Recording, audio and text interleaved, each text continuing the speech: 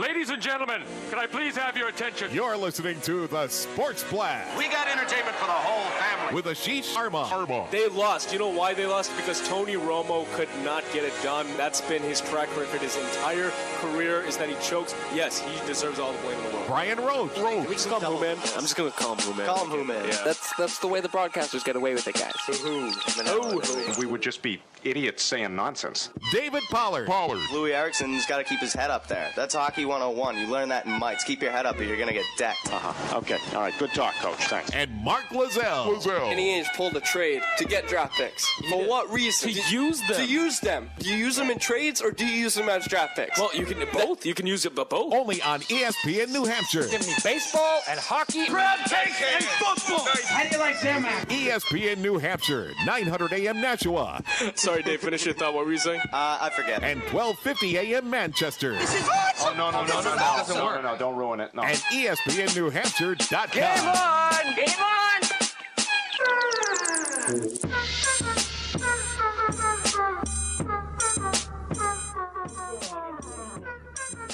Blast here on ESPN New Hampshire and ESPNNewHampshire.com. I'm Ashish Sharma with Brian Roach, David Pollard, and Mark Lozelle, and we have a jam-packed show for you guys here today. Talking a lot of football today, I'm sure as you would expect. Yep, Super Bowl. Super Bowl stuff. We got Jared Weiss of CLNSradio.com joining us at about 12:40, I believe. Yes, we do. To talk Celtics. And, yeah. talking some Bruins. We got 5 questions. That's BS, so pretty much everything. Yeah, we got a lot. We got a nice little Everything buzzer could for you want guys. on a Saturday morning. Absolutely. Happening today. Yeah, and No snowflakes are falling. It's a beautiful that's day amazing. in New It's Hampshire. gorgeous outside. Awesome. Yeah. Well, I don't know about all 40. of New Hampshire. What are you It's talking beautiful about? where we 40's are. great. 40's all right. This Well, is- what's it supposed to be tomorrow? Hey, it's like spring right now. It is. It is. Tomorrow, I hope it's cold so that Peyton Manning just doesn't play well. But, yeah, no, we got a great show planned today. I'm pretty excited about this one. You know, day before the Super Bowl, Broncos versus Seahawks. You got the best offense versus the best defense. What more could you ask for? Obviously, if you're a Patriots fan, you could ask for the Patriots in the Super Bowl, but if not, this is not a bad alternative. Yeah, there you go. You'll be hearing that a lot, I'm sure.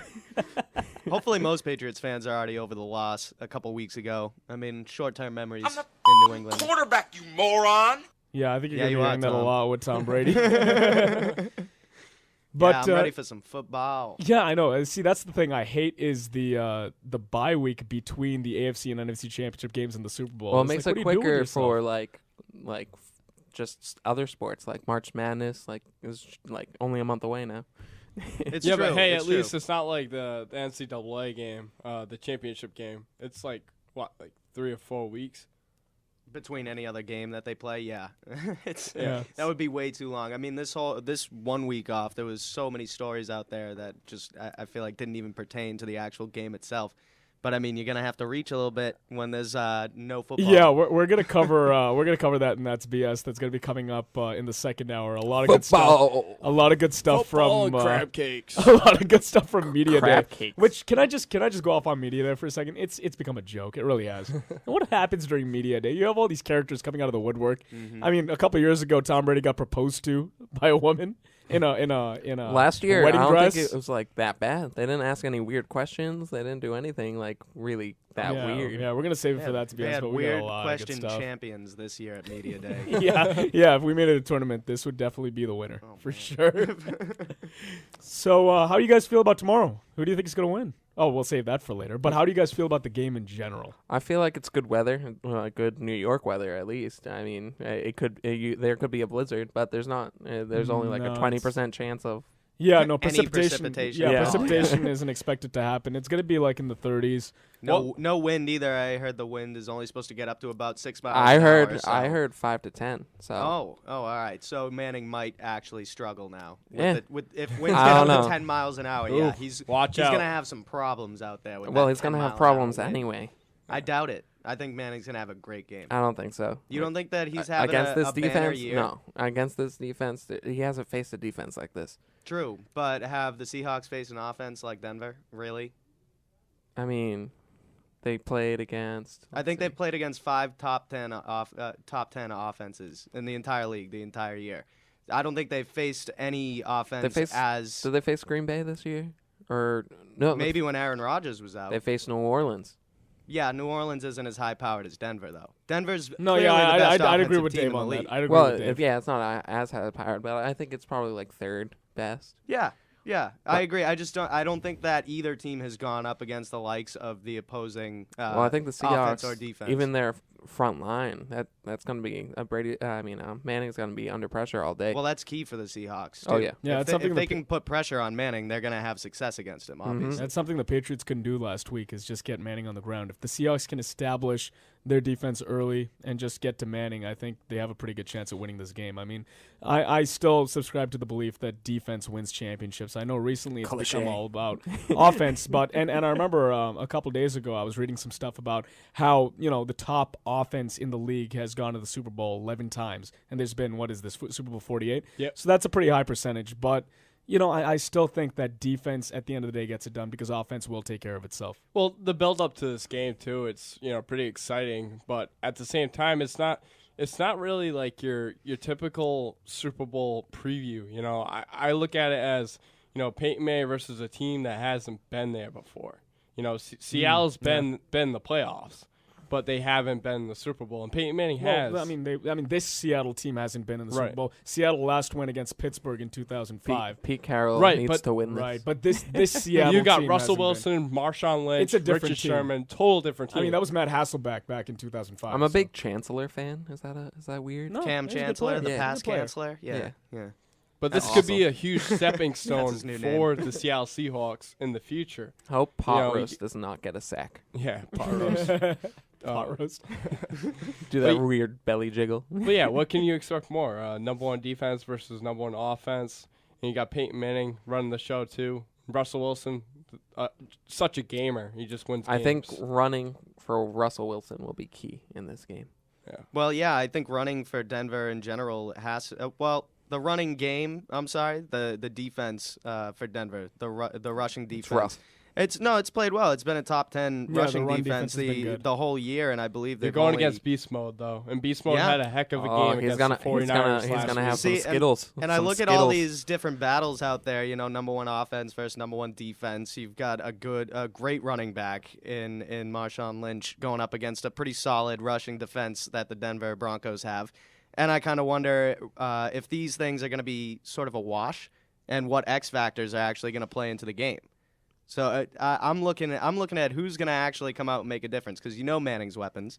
He's got Decker, Percy Thomas. Harvin's gonna have a beast of Percy, a game. that was I don't my think- X I factor don't- as well. I don't think he will, to be honest. That concussion, he's had a concussion. He's gonna play. I know he is, but doesn't mean he's gonna play a role. I mean, he's injury prone. He might get injured. He's like styrofoam. You touch him, he breaks. See, and my thing with Percy Just this Harvin season, is he wasn't before. Last year he was. No, last year he was. Last year he was played- injured at the Percy end of the year. Harvin's had his ups and downs with injuries. Last and he's year, a very talented last player. year he but- played every single game and was like. I can look it up. if he plays to his ability, that guy can make people miss tackles. Oh, yeah. Better than anyone. He's gonna be their kick returner. Sure. Yeah, that's what you got to do as a kick returner. You've seen Julian Edelman with the Patriots the whole year. The reason he's such a talented kick returner is because he makes that first person often miss the tackle. Yeah. So, See, a guy like Harvin, I think he can shred the Denver secondary. Oh yeah. I kind of look at Seattle's receiving core similar to the Patriots. There's no big guy. You know what I'm saying? Yeah. Golden Tate, Percy Harvin. Tate's like Edelman. Doug Baldwin. Baldwin's Baldwin's like their number Amendola. one. He's better than And Amendola. going but I'm back, just saying, Baldwin's like, the and number going back, one. and going back to Percy Harvin, yeah, he's Yeah. played in 10 games over his last 2 years. It Last year with the varies. Vikings, He played 10. 10. 9 games. Oh, he played 9. 9 games last year, and one this year, and one regular season game this year. So, so he's injury prone. He has injury history, and it might play a role. It might not. But honestly, I really don't think he's going to be that big of a key. Yeah. Sure. And one thing that I'm kind of wondering is which opposite side of the ball that we aren't kind of talking about. We don't talk that much about Seattle's offensive firepower, and we don't really talk about Denver having a great defense. Which side of the ball there is going to step up and have a good game? I'm Denver's looking at defense or Seattle's offense? I think Seattle's defense is the one that's going to step up. But we Yeah. expect. I'm saying we Yeah, we expect expect that. We that. know they're the number one Yep. D, and we know Denver's the number one offense. Maybe the I'm spe- saying flip that. Okay, so who do you expect to step up, Denver's D Offense. or Seattle's offense? Seattle's offense. I think Seattle's offense. Russell you'd Wilson, expect did more. you I mean, see the his Denver throws D's last? awful. Did Denver's D's you awful. see his throws in the NFC Championship game? Well, the Denver defense has played pretty well in the playoffs. Well, yeah, that was against San Francisco's defense, and San Francisco's defense was Wait, unbelievable. Denver's playoffs? Denver's defense. No, I was talking about Seattle's No. offense. We mean Denver's defense looked good against the Patriots, but that was just because. Yeah, but I was talking about Seattle's offense looking good against San Francisco's They did. defense. Seattle, yeah, they They- did. they did. They did. And I expect Seattle's offense to be better than Denver's defense. As you were saying earlier, Dave, the run defense with Denver's been pretty good all year. It's been a top 10 run defense. That secondary's crap, though. It's garbage. yeah, I agree. Yeah, but going with Marshawn Lynch against the 49ers, 49ers were ranked 4th in the NFL, allowed rushing yards, 96. He ran for 109 yards, 22 carries, and 1 touchdown. Yeah. So he had He's it going to have made. a field day. He went in a beast mode last week. And he's that's- one of those guys who can go in between Exactly. tackles. Yeah. Like that's why the Patriots couldn't do anything with the run game. They didn't use Ridley, who was LeGarrette Blount either. well. LeGarrette Blount's not good between the tackles. Isn't that what he's made to do though? He's a power back. He's a yeah. power back. He has to run through tackles. He's Yeah. not a Yes, elusive but back. he- He can't run outside. But That's he's Ridley's not. job. No, Ridley doesn't run outside. He runs through the middle. No, that's because that's not because he's a power back, but he can bounce to He- the outside. He's more versatile than LeGarrette Blount. Let's put it that way. Well, because he no. can What I'm bounce to the saying is outside, he can Ridley's run up the job middle. is to run through the tackles, and he can get yards Right, after find the holes after and things like that. No, yards after the touch. He can avoid tackles like Blount can't. Yeah, I'll agree sure. with that. Blunt is breaking more tackles usually than Ridley has to because Ridley is a guy that can make you miss. Yes. So, I mean, when I'm looking at this But he game, also fumbles. the Super Bowl match. Not yeah, lately. I mean, he did play well at the end of the year, but what I'm looking at is the Denver defense has only surrendered 64.5 rushing yards in the playoffs this year. So their run defense has been good, and what's going to be key for the Seattle offense is the running game, keeping Yeah. Peyton Manning off the field, and it's their strong suit on offense. Let's be serious. You got Marshawn Lynch and Russell Wilson back there.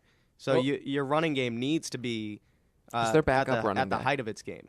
For the Seahawks, who's Yes. the backup running back? Yeah. Turbin. Turbin. Yes. Yeah, he was pretty Yeah. good too. Yeah, he's a nice little guy to get. But going back to the San Yards. Diego game against the Broncos, Ryan Matthews actually had a trouble against that running defense too, and he was hurt. he was hurt. He had a high ankle sprain and he left And- like after one carry. And then Danny Woodhead took too. over. Yeah, Woodhead got hurt also. So they both went down. Who's their third string running Yeah. back? I don't even know what's his name? I don't even remember. I can't remember. Ronnie I can't even Brown? remember. Is Ronnie Brown on that There team? you go. Yeah. You got it. Ronnie Brown. But But yeah, I mean, when you look at this game, Manning's weapons, he has a lot. Eric Decker, Julius Thomas, Wes Welker, Demarius Thomas. If Richard They're all going to be taken out. No, I mean, I would expect Richard Sherman to 'Cause line they up have, with like, Demarius 5 Thomas. guys who but can play Richard man-to-man. Richard Sherman is a guy that he lines up only on one side. He's a left corner. Well, He- yeah, he's no, going to no, be up against Demarius Thomas, and they're not going to look his way, just like they didn't look Crabtree's way. I mean, if one of these guys is going to beat you, if you're going to let one guy beat you, of Eric Decker, Julius Thomas, Wes Welker, I'd say Wes Welker has been the least productive of all these 4 guys, or 5, 1, 2, 3, 4. 4 guys has been Wes Welker has been the least productive. You let him give up the yards over the middle. Yeah, but don't let Demarius Thomas take the top off your defense. or Eric Decker I stretch the field. totally agree Yeah. because that secondary is deadly, and if you can beat that secondary, you're easy because inside the numbers is going to be easy for Wes Welker and Eric Decker. They're going to have it made. Those linebackers are good, but they're not great. yeah, And yeah, they are. They're ridiculous. yeah, but The secondary I for mean, the Seahawks is better, though. But that's a great defense, but I'd take the Seahawks secondary. They rather get a than lot the of front sacks seven. too. So No, they do, but I'm and just saying. So Peyton Manning won't have enough time to No, look but when you're everywhere. releasing the ball in 2 seconds, it's going to be tough to get to Peyton Manning. Brian, because they have he a already lot of knows who he's sacks. throwing They to, do. yeah. But Michael Bennett was the highest sack collector. He had 8.5 sacks this past season. There's also a lot of interceptions in that in the middle of the field. There sure is, but Sure. then we go back, going back to Peyton Manning. He only got sacked 18 times, and he hasn't gotten sacked this postseason. And also, you look at the teams that the Broncos have played this year. As Brian said a few shows ago, even going back to our WXBR days, he said, they played a lot of cupcakes. Yeah, And they played this the is- Chargers and the Patriots, Yeah. and they couldn't get Chargers to Peyton Manning. defense. So when they Chargers go up against a defense good isn't that team good. with a it's great not defense, bad. It's underrated. when Yeah, they go up but against a they good team can't- with a great defense, What was Yeah. that? when Well, they go, Here's my thing, actually, and I don't think anybody's really talked about Sean Moreno, but the running game of Denver is going to have to do something as well in this because they can't just keep attacking the secondary with Moreno the might talent that they leave have. next year, so Is he a free agent? He might not get picked up.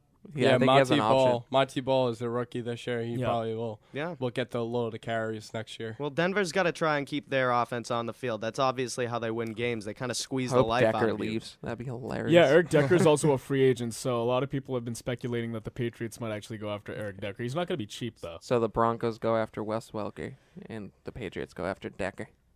There's also been talk about the Patriots expressing interest in Larry Fitzgerald, but his cap hit is ridiculous. He's signed to an 8-year deal. Yeah. With the it's like 11.5 or something. Cardinals, yeah, he's got a ridiculous cap hit. So I would love to see Fitzgerald here, though. But can we just say that the Patriots do need to strengthen this receiving core for Tom Brady? Absolutely. He's got 3-4 good years left. Just go all out. They would be in the Super Bowl. Get him some help. They would be in the Super Bowl if they had that one weapon outside. I mean, the defense was okay. I say trade for Josh Gordon. I would love Josh Gordon. Are you kidding me? We were talking about this last week. The guy got 1,600 yards this season with 3 mediocre to horrible quarterbacks. I mean, and also missing 2 games. Whedon, Hoyer, and Campbell. Those were his quarterbacks. And he missed 2 games. He's such a big guy. Did you see him in the Pro Bowl? He looked amazing. I didn't watch the Pro Bowl. I watched the second half of the Pro Bowl, and Josh Gordon I didn't watch a took second over. of the Pro Bowl. You very rarely see that happening, though. Like elite receiver get traded to a team other than Brandon Marshall, to the Bears. Yeah. Anyways, first break of the morning. We'll be right back here talking more about the Super Bowl. ESPN New Hampshire.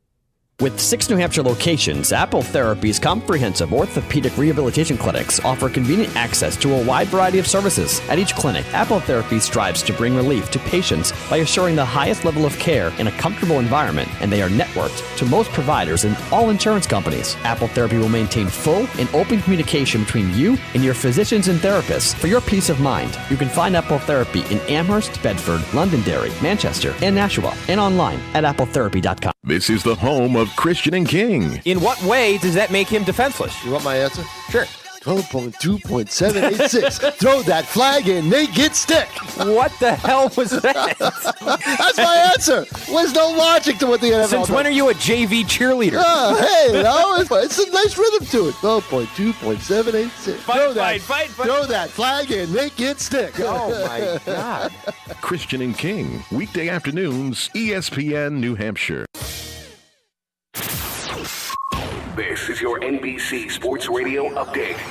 January was the month of Kevin Durant. We'll see what he does to kick off February. His Thunder will be at Washington tonight at 7 p.m. Eastern. All the other NBA games are also scheduled for tonight, including Brooklyn at Indiana, Sacramento at San Antonio, Toronto at Portland, Utah at the Clippers, and the NBA game of the night in the Super Bowl host city. The Knicks welcome the Heat at 8:30 p.m. with a star-studded crowd. And, of course, it is officially Super Bowl weekend. Super Bowl 48, Broncos and Seahawks collide at MetLife, New Jersey, 6:30 p.m. Eastern. Just one day away. Do not miss the action on Westwood One Sports. An amazing day of college basketball waiting for us, including number 17 Duke at number 2 Syracuse at 6:30 p.m. And number 1 Arizona will be at Cal at 10:30. I'm Danny G, and this is NBC Sports Radio and the NBC Sports Radio mobile app.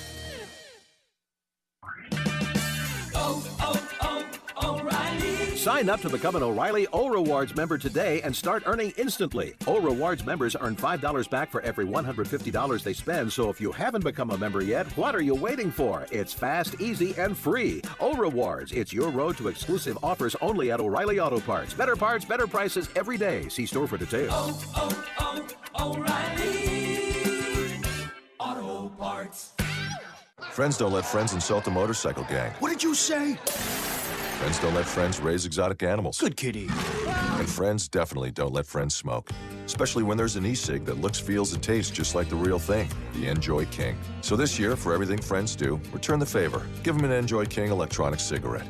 Cigarettes, you've met your match. Available at participating 7-Eleven, Walgreens, and other retailers nationwide. Not for sale to minors, contains nicotine, which is addictive. Find out more at enjoy.com. ESPN New Hampshire's coverage of Super Bowl 48 is being driven locally by Infinity of Nashua, located at 105 DW Highway and online at infinityofnashua.com. Our local coverage begins with the Granite State Kickoff Show at 10 o'clock on Sunday. Westwood One takes over at noon with kickoff at 6:30 right here on ESPN New Hampshire. It's Super Bowl 48, driven locally by Infinity of Nashua, and it all starts right here on Sunday at 10 a.m. on ESPN New Hampshire. This is Nick Anastas. Join me every Tuesday from 5:30 to 6:30 for the St. Anselm Coaches Show right here on ESPN New Hampshire Radio. We'll hear from St. A's coaches, players, fans, and administrators, plus keep you up to date on everything in the world of Hawks athletics. So tune in every Tuesday from 5:30 to 6:30 for the St. Anselm Coaches Show right here on ESPN New Hampshire and ESPNNewHampshire.com.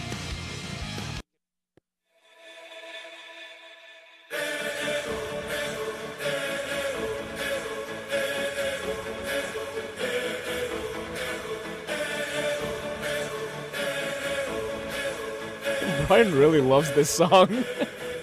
What's this called again? Pompeii? Pompeii. Oh, yeah. Who's it by? It's by Bastille. Nice. I'm going to get this. I like the song. I thought that maybe the artist's name was Vesuvius, and they made a song called Pompeii. That'd be pretty cool. Oh, man. 603-883-9900. You can also text us at 50352. Talking more about the Super Bowl tomorrow, which kicks off at, 6:25 p.m. tomorrow. Oh, can't wait for the commercials. Yeah, I know. It's going to be good. We're going to talk about that later. But getting back to this game, I know, Dave, and during the break, we were talking about Manning and Wilson and the QB comparison in the postseason, and obviously Manning has 15 NFL seasons, and Russell Wilson's only a second-year player. But we were talking a little bit about the comparison, about how they do in the playoffs, and you have some stats, right? Yeah, there's a bunch of stats. I mean, whenever you have a guy going, an experienced veteran like Peyton Manning going up against a young, up-and-coming quarterback like Russell Wilson, the numbers are just always insanely different and separated. But it's just interesting to me to wonder if experience plays a factor. So in 15 NFL seasons, Peyton Manning is 167, 73, and 0. He's 26-6 since going to Denver. He's one. Obviously, you've heard this. He's one of 3 quarterbacks who's made it to a Super Bowl with 2 teams. Yep. One of the things I thought I found pretty funny was that Russell Wilson has thrown for 52 touchdowns in his career, when Peyton Manning threw for 55 in just this season. So, I mean, it's just the experience factor he beat him is plus insane. 3. 13 postseason appearances for Peyton Manning, 1 Super Bowl win. He's obviously been to 2 Super Bowls. 8 one-and-dones. He's obviously he's got the 11-11 playoff record, so the one-and-dones didn't help him. Is he 12-11 now? Yeah, I think he's 12. Is he 12-11 now? All right. But it's still a very pedestrian record in the playoffs. Right, and he's played very well this year in the postseason. You can't take anything away from him there. Oh yeah. Russell Wilson, this is his second postseason appearance. He's 3-1 in postseason games. It's his first Super Bowl. So really, I mean, my wonder is how much will the experience play a factor in this game for both quarterbacks and, for that matter, for both teams? Oh no, I don't think it's gonna play much of a factor. I mean, so it's like the weather. Yeah, I think Russell Wilson in general has shown in his 2 years that he's usually very poised in big games. And when you're talking about experience, Dave, Peyton Manning has plenty of experience losing big games. So it's true. I mean, not to piss off any Peyton Manning fans, but well, see, my thought on that is even if you've lost a lot of games in the postseason, just the experience, you know more what to expect. You know, you have better ways of dealing with the pressure based on your past experiences. So I think that, Russell Wilson, as a young guy in his first Super Bowl, he's probably going to be feeling the pressure a little bit. You know, he fumbled on that first play against who were they playing against? They were playing against the Niners. It was the Niners game. Yeah, so I mean, and they kept him to a field goal. So yeah, that's defense for you. But a little choke right there by Wilson. Other than that, he's got his head on his shoulders. He's obviously a very talented and composed young quarterback. So I'm interested to see how he does in this game. Yeah. Also, Russell Wilson is like a comeback kid. You know, last year he scored down 21 points against Atlanta in the fourth quarter. He comes back and they win. Then he was down 17-13 against the 49ers. They scored 10 in the fourth. And then only up by 1 against the Saints in the fourth quarter. And then they scored another touchdown to solidify that win. Mm-hmm. So Russell Wilson's a gamer. He just extends drives. He gives the ball to Marshawn Lynch, and he makes things happen. He's kind of like Tom Brady. I wouldn't be shocked if Peyton Manning's up by 10 here, and, Russell Wilson comes out of nowhere and has that fourth down play in that NFC Championship game for that touchdown, free play. Right, yeah. And the ability to recognize the free play with the offsides and taking a stab at, I believe it was Doug Baldwin. No, it wasn't Baldwin. It was Curse. Yeah. Oh, no, Baldwin was down the middle. That was I was on a third down. But, yeah, that strike in double coverage, recognizing that he had a free play. I mean, I just love the poise that Russell Wilson Wilson shows. His ability to extend plays in the pocket when it collapses, the ability to escape pressure. I really like this kid, and I wouldn't be surprised to see him in the Super Bowl like many times in his career. Oh yeah, it's gonna be a fun like young quarterbacks. Cam Newton starting to get good. Oh yeah, the Kaepernick NFL is in good hands when you look at the young crop of talent that they have. which is the bad for thing. a very good time. He's gonna have to be long time. He's gonna have to be good on his feet because against the 49ers he only had 5 rushes, 0 yards. Against the Saints he had 3 rushes for 16 yards. So we talk about how he's going to use his mobility as an advantage. He hasn't used it yet. Yeah. So does he use it now? Against an easy Denver Broncos front line. Yeah, I think so. Yeah. Yeah, I could see that happening because they don't get after the quarterback; they just stop the run. They're 27th in the NFL with allowed passing yards. If he stays in the pocket and he sees a break in the pocket and he runs through it for a first down, I would love to see that multiple times in the Super Bowl. And he has yet to break 225. Let's just hope the lights don't go out again. Russell Wilson? 220. he had like 215 against the 49ers and then 103 yards against the Saints. So he doesn't throw the ball a lot. Right. He's more of a game manager. He is. Yeah. He's kind of like Peyton. He is an intellectual quarterback. He's essentially what Tom Brady was early in his career. Yep. Yeah. Early in his career, Tom Brady wasn't really a gunslinger. He wasn't a guy that was racking up a ton of yardage. He was basically just managing the game and letting the defense do the rest. Then in 2007, Tom Brady became the Tom Brady we know today. Because that's kind of what Russell Wilson is right now. Well, that's because he had a receiver outside. Yeah, that's right. He got Randy Moss. If Seattle didn't have a phenomenal defense, the Seahawks would probably be like 7-9, 8-8 kind of team with Russell Wilson running the show. Yeah, I can see that as well. There was the game against the Colts where it was like a high scoring game where the Colts ended up winning it, which is over why the Broncos. No. Over Seattle. No, over Seattle. Sorry. Yeah.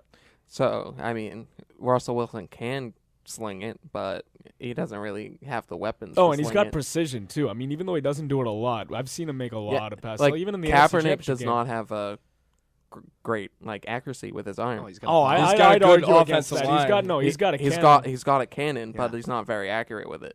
Sure. Yeah. Did you see him in that Seattle game? He was just I wouldn't say he's trying to inaccurate, but I wouldn't say he's the most accurate.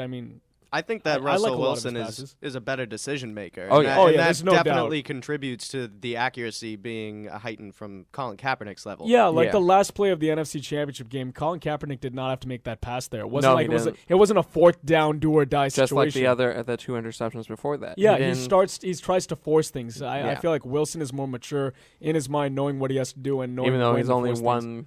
Wait, are they the same? How many years has Wilson? Wilson is in his 2nd year. Kaepernick's in his 3rd. Yep. Because last year he was a first-year starter. He should be but a more second mature, player. but he's not really. Mature. they're both young. Yeah, Wilson came out when Tannehill and RG3 and all them. Kaepernick just likes to do his Kaepernicking and make fun draft. of other people, like touchdown dances. Was that? Oh yeah, that's right. Yeah. Talking about possession time for Seattle, it's kind of even keel when they go up against opponents because they average 30 minutes and 29 seconds versus 29 and 31. So if they play that kind of game, they have got to make the most of every drive because Peyton Manning has so many weapons and Seattle's defense is going to have to bring it. Right, and that's why the run game is going to be really I think it's going to be important for Seattle. It's obviously their strength, but you're going up against the Denver defense, which their only strength is rushing defense. Right. So, you're kind of going strength against strength right there, but you can't walk away from that. We saw the Patriots do that in the week prior to this one, and that didn't work out for them. They have to continue to pound the ball, and if Russell Wilson has to put the ball up in the air at some point, I think you're going to see Denver win a Super Bowl if it comes down to that. Well, Marshawn Lynch is going to get his carries no matter what.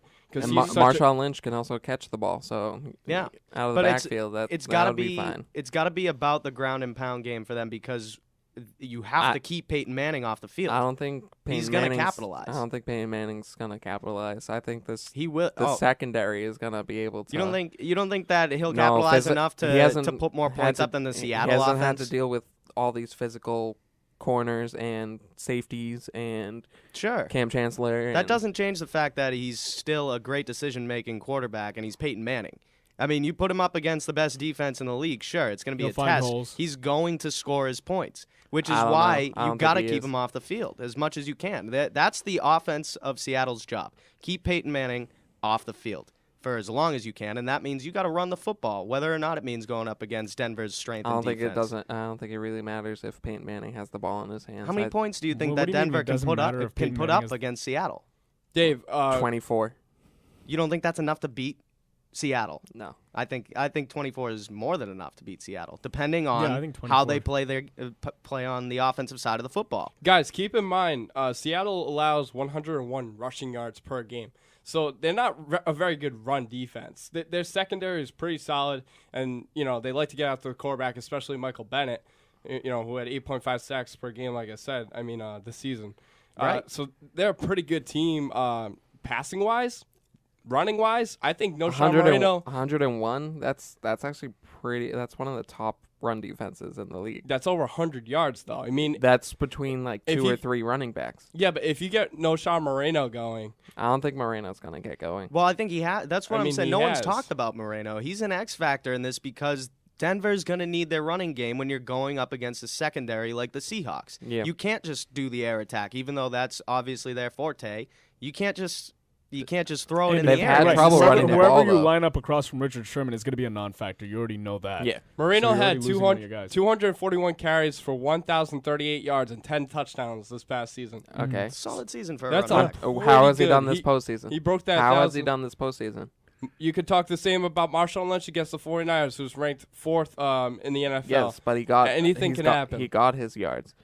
He got his yards. Has Moreno done anything this postseason? Well, we talk about Has Moreno done anything this He postseason? will have to. I'm in waiting this- for an No, answer. not I- really. he hasn't. He hasn't because they didn't need their running game when they played the Chargers and they played the Patriots. They didn't need it. They could do the air attack and beat those teams. because the secondary's vulnerable. Well, yeah, but what about in the fourth quarter? They didn't run the ball They didn't have to.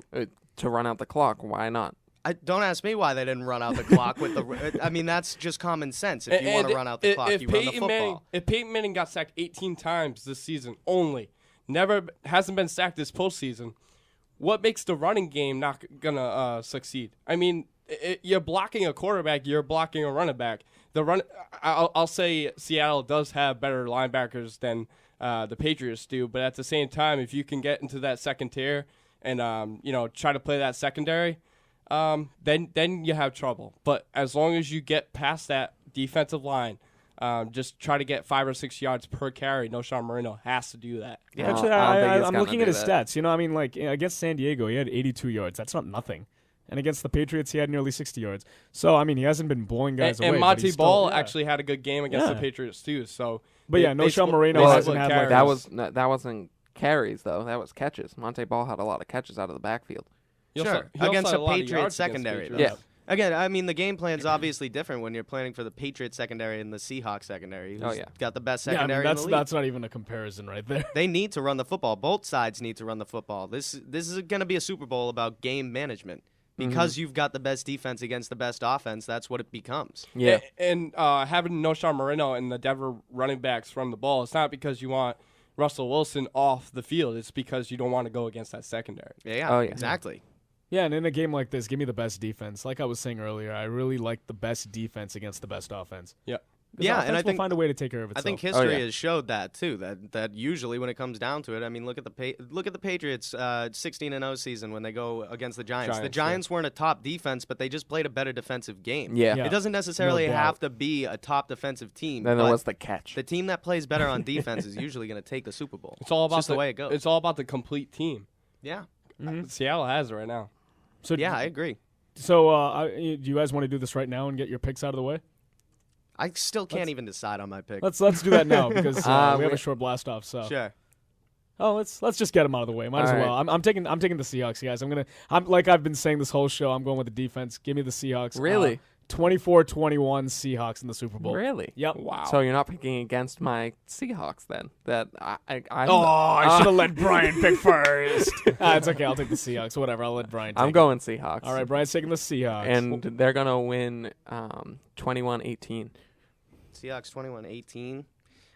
I think Denver's going to win. I think Peyton Manning's having a banner year, and that's just It's just going to happen. Actually, for him. I'm going to change my score after Mark. Wait, so what's Mark, go ahead, and then I have a question for Brian. Hold on. My score, will Dave? be 24-20. Okay. Dave, I was picking the same team and the same score. All right. I swear. 20, I don't think Peyton's going to break 25, but I also think Russell Wilson's going to have a trouble against a mediocre defense, but he hasn't ran the ball well this past postseason. And Marshawn Lynch is going to have to bring himself to the field. He might have 2 rushing touchdowns, but 24-20. Okay, so my question is, how do scores factor in? I know we were saying bonus points for scores. 2 if we points. get them right. 2 points? Yeah. So it's equivalent to 2 wins. Yeah. Yeah. So I'm saying 27. It basically allows anybody to get a victory. 27-24. I love how he gives one answer and then he's like, actually, I'm minute. changing it. Yeah, we changed it to what now? No, we can't. 27-24. All right, That's let's just the give it to score. Seahawks? Yes. Now you think the Seahawks are putting up 27? Oh, yeah. And I said 24-21. Defensive touchdown, guys. Come on. Right. Yeah, That's he's because going to say the game ends on a pick 6 by Richard Sherman. Yeah, I said seriously. the Broncos would score Yeah, 24 points. Right, and that wouldn't be enough to beat them.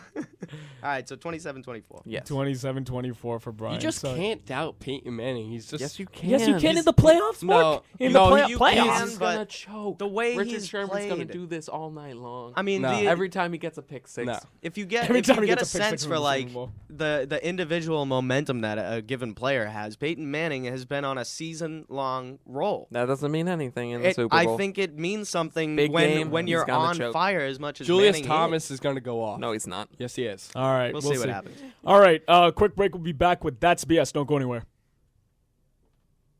The Bedford Ambulatory Surgical Centers are state-of-the-art ambulatory surgical centers where surgeons perform a broad range of outpatient surgical procedures, from orthopedic and sports medicine to gastroenterology and urology. Their centers offer a safe, convenient, high-quality, and lower-cost alternative to inpatient hospitalization. For more information, log on to bedfordsurgical.com or call them at 603-622-3670. The Bedford Ambulatory Surgical Centers. High-quality care at a lower cost. ESPN New Hampshire's coverage of Super Bowl 48 is being driven locally by Infinity of Nashua, located at 105 DW Highway and online at infinityofnashua.com. Our local coverage begins with the Granite State Kickoff Show at 10 o'clock on Sunday. Westwood One takes over at noon with kickoff at 6:30 right here on ESPN New Hampshire. It's Super Bowl 48, driven locally by Infinity of Nashua, and it all starts right here on Sunday at 10 a.m. on ESPN New Hampshire. I am for the child who's had 4 addresses in a single year because she is in foster care, because her father abused her, and because her mother couldn't believe her. I am for her, the child, barely 7, who is bounced not home to home, but house to house, who, worse than no longer believing in others, no longer believes in herself. I am for that child. So I am there for that child, to listen to her, to stand up in court for her, to speak for her, to champion without compromise for what's in her best interest. Because if I am there for her, I know she will be half as likely to languish in foster care and that much more likely to find a safe, permanent home. That is the child I am for. I am a CASA volunteer. I am you. Lift up a child's voice, a child's life. Get involved at CASANH.org. That's CASANH.org. At the American Lung Association, we're fighting for a day when we can all breathe easier. We're fighting for clear skies over every city and healthy lungs throughout the country. We're fighting to keep harmful secondhand smoke out of our public spaces and workplaces. And fighting to free millions of Americans from the addictive grip of tobacco and the devastating effects of lung disease. We're fighting for a day when kids no longer battle airborne poisons in their own homes or the fear of an asthma attack. The American Lung Association isn't just fighting for air, we're fighting for all the things that make it worth breathing, and we can use your help. Join us in the fight. Visit fightingforair.org and read about just a few of the many ways the American Lung Association is fighting to protect the air we breathe, both indoors and out. See what you can do at fightingforair.org. It's time for That's BS. That's some bull! You better check yourself before you wreck yourself. Only on ESPN New Hampshire. I don't believe you. He's a liar. He's lying to us, man. And ESPNNewHampshire.com.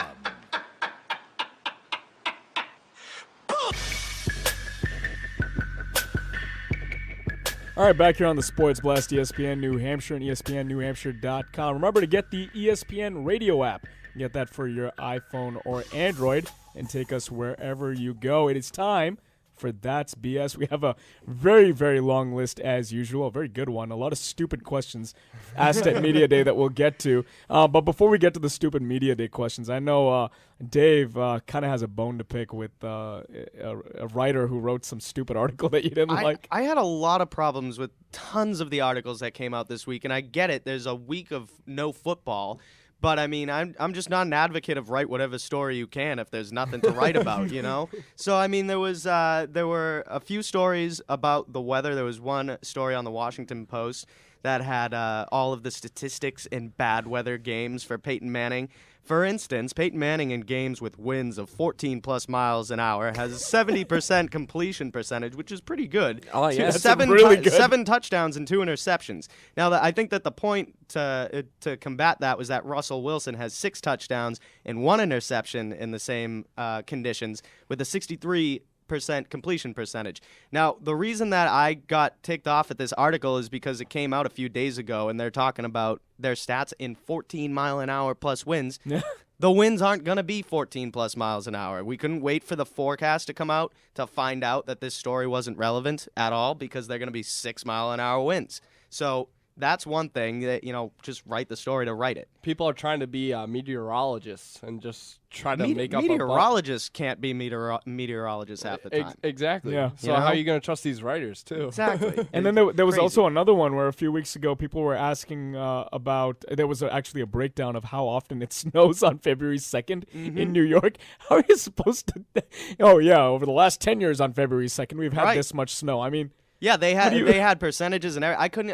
My brain was like hurting itself trying to read all the percentages about the likelihood of it snowing on February 2nd is this much because of the fact that it's it's February 2nd. Like, what does that mean? I don't understand how you can predict that. Hey guys, just be glad the Super Bowl's not in Atlanta.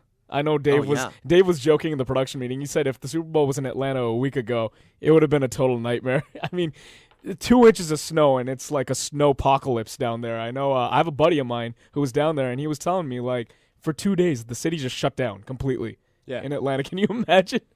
Yeah, let's just look at February 2nd in New York over the last 10 years and just see how much it snows in general. Yeah, you figure, sheesh, what, 1 snowplow per state? I bet that they were shipping down a bunch of snowplows from up north. How often do they see snow down there in Atlanta? You can borrow some of ours. We don't really need it right now. We're not getting too much snow. Yeah. But I feel like this weather thing's kind of overrated too. The whole week it's been overrated. These articles are, just another story to write about, as Dave said. You're kind of bored the whole week and you just want to write about the weather. Well, that's the wrong thing to write about. I'd rather write about Peyton Manning versus a strong defense, Yeah, there's so much more. And then the last thing we have here before we get to the stupid questions asked at Media Day, the day after Sherman's interview with Aaron Andrews, the word thug was used 625 times on TV. Unbelievable. Why would you, we talked about this last week. The guy is a Stanford grad. He graduated at the top of his class in high school. He got a 3.9 GPA at Stanford.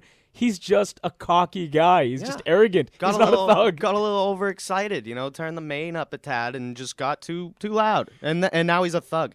When people last week, we were talking about Justin Bieber last week and his traffic violations and his peeing in janitors' buckets at the mall and everything, but he's not a thug. It's just, Justin Bieber's at it again. See, I don't mind Richard Sherman one bit. I mean, look, he's cocky, he's arrogant, but the guy is actually doing good work off the field. Just tone it down, man. Tone down your act. That's it. Never had a criminal record. He's never done anything and wrong. all of a sudden he's a thug. I don't get it. I don't understand it. Guys, I wish people were kind of like that in their office and in their career, where they get happy, like a realtor sells a house, throws his arms up in the air. It's like, yeah, I did it. Because life would be boring for yourself if you didn't get excited for what you do. Yeah. Yeah. You And know, honestly, I think we mentioned this too when we started talking about the Sherman interview. They had mentioned that the Fox producer tried to pull that interview because he was worried that Sherman was getting into dangerous territory. So it's interesting to me that they didn't want that entertainment on their television. It was great TV. The guy got really excited, and it could have went on for another 3 minutes, and I would have kept watching because it was entertaining television. Absolutely. All right, 603-883-9900. We have a caller. You're on the air. Go ahead. Okay, I guess, Brian, you have to put him through. I tried. Okay, We'll and we right dropped back the to caller. Okay, call back, caller. Sorry about that. But I do want to move on to the stupid questions asked at Media Day, and I'm sure you guys, if you've been following Media Day, it's become one of the stupidest things in sports.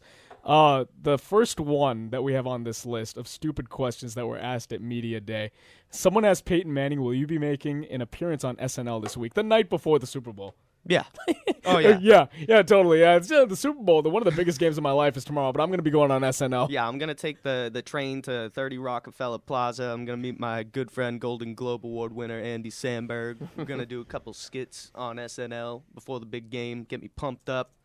Come on, dude. Yeah, how you going to ask that question? Stupid. Seriously, Stupid question. it's just the media trying to storm up maybe some Peyton Manning, clips of him doing whatever, drinking a beer bottle or something. You're going for sound bites instead of something of quality that might actually pertain to the Super Bowl, the game itself.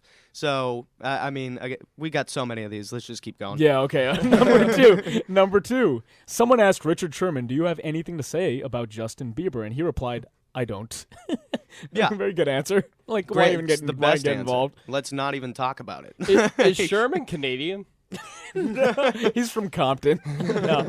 And I think that's why a lot of people assign the tag, thug to Richard Sherman. And it's just wrong. He talks about proving people wrong with the stereotype and everything like that. And you can talk about his attitude and, his arrogance and things like that. But that's one thing he's not. And that's one thing that I try to tell people is stop calling Richard Sherman a thug. Well, the other thing is Floyd Mayweather, he's good at what he does. Yeah. But he can back it up, too. I mean, he's cocky, but he can back it up. And Richard Sherman's the same way. And I don't think, he's a thug at all. Yeah, at the end of the day, he backs up his talk. Was it Mayweather that I heard he bet $10 million on Denver between like 3 different casinos? It wouldn't surprise me if he did. I don't know. I think it was Mayweather. It was a boxer. I'm pretty sure it was Mayweather, and that he went to 3 casinos in Vegas and divvied it up so that he could put $10 million down on Denver. So he thinks Denver's going to win. Okay. He may have curbed the spread. Huh. Who knows? All right, so number 3, I think this one might be my absolute favorite. Sean Phillips, defensive end for the Broncos, was asked, do you feel this is a must-win game? No. No, it's only the Super Bowl. No. It's the freaking Super Bowl. It's probably one of the biggest games in my career. I don't think it's a must-win. No, I mean, you lose this one, you still got 16 next year, You come back next year. It's not a big deal. Who cares? And there's other years where he could win. But it is a joke. I can't believe some of the questions that these so-called reporters are asking at Media Day. You're talking about the biggest sporting event in the world, which is the Super Bowl. I think which is not the Olympics. This next question, which is my not the favorite. Olympics or like the Soccer World Cup, and you're asking these dumb questions. I loved Phillips' response too because he didn't know how to answer. Like it was such a stupid question that he was thrown off. He basically shrugged and was like, "Oh, well, yeah, every game is a must-win, in my opinion." It's the number 1 seed versus number 1 seed, number 1 offense versus number 1 defense. How does he not get excited over this and have it a must-win? Yeah, I mean, the media is some of the questions. This is the Super Bowl. Is this a must-win game? The next question is my favorite. The Danny Trevathan. Yeah, so was asked if he'd rather see Andy Reid or Mark Mangino. Yeah, Mark Mangino. He's the offensive coordinator of Iowa. Yeah, in a thong. Have you guys seen Mark Mangino? A picture of him? No. He's about the size of Andy Reid, so I'm gonna take neither. If I was Danny Trevathan, 100%. Both. Turn the thong song off when those two guys walk into the room. I don't want to see it. I don't want to picture it. That would be the most bizarre. It's like rude of him to ask the question and make people picture that. If I had to choose, it would be or. I don't understand. I don't understand. I don't understand where these come from. Honestly, like you're a newspaper or digital reporter or a sports writer, and you're going to the Super Bowl and you're asking these dumbass questions.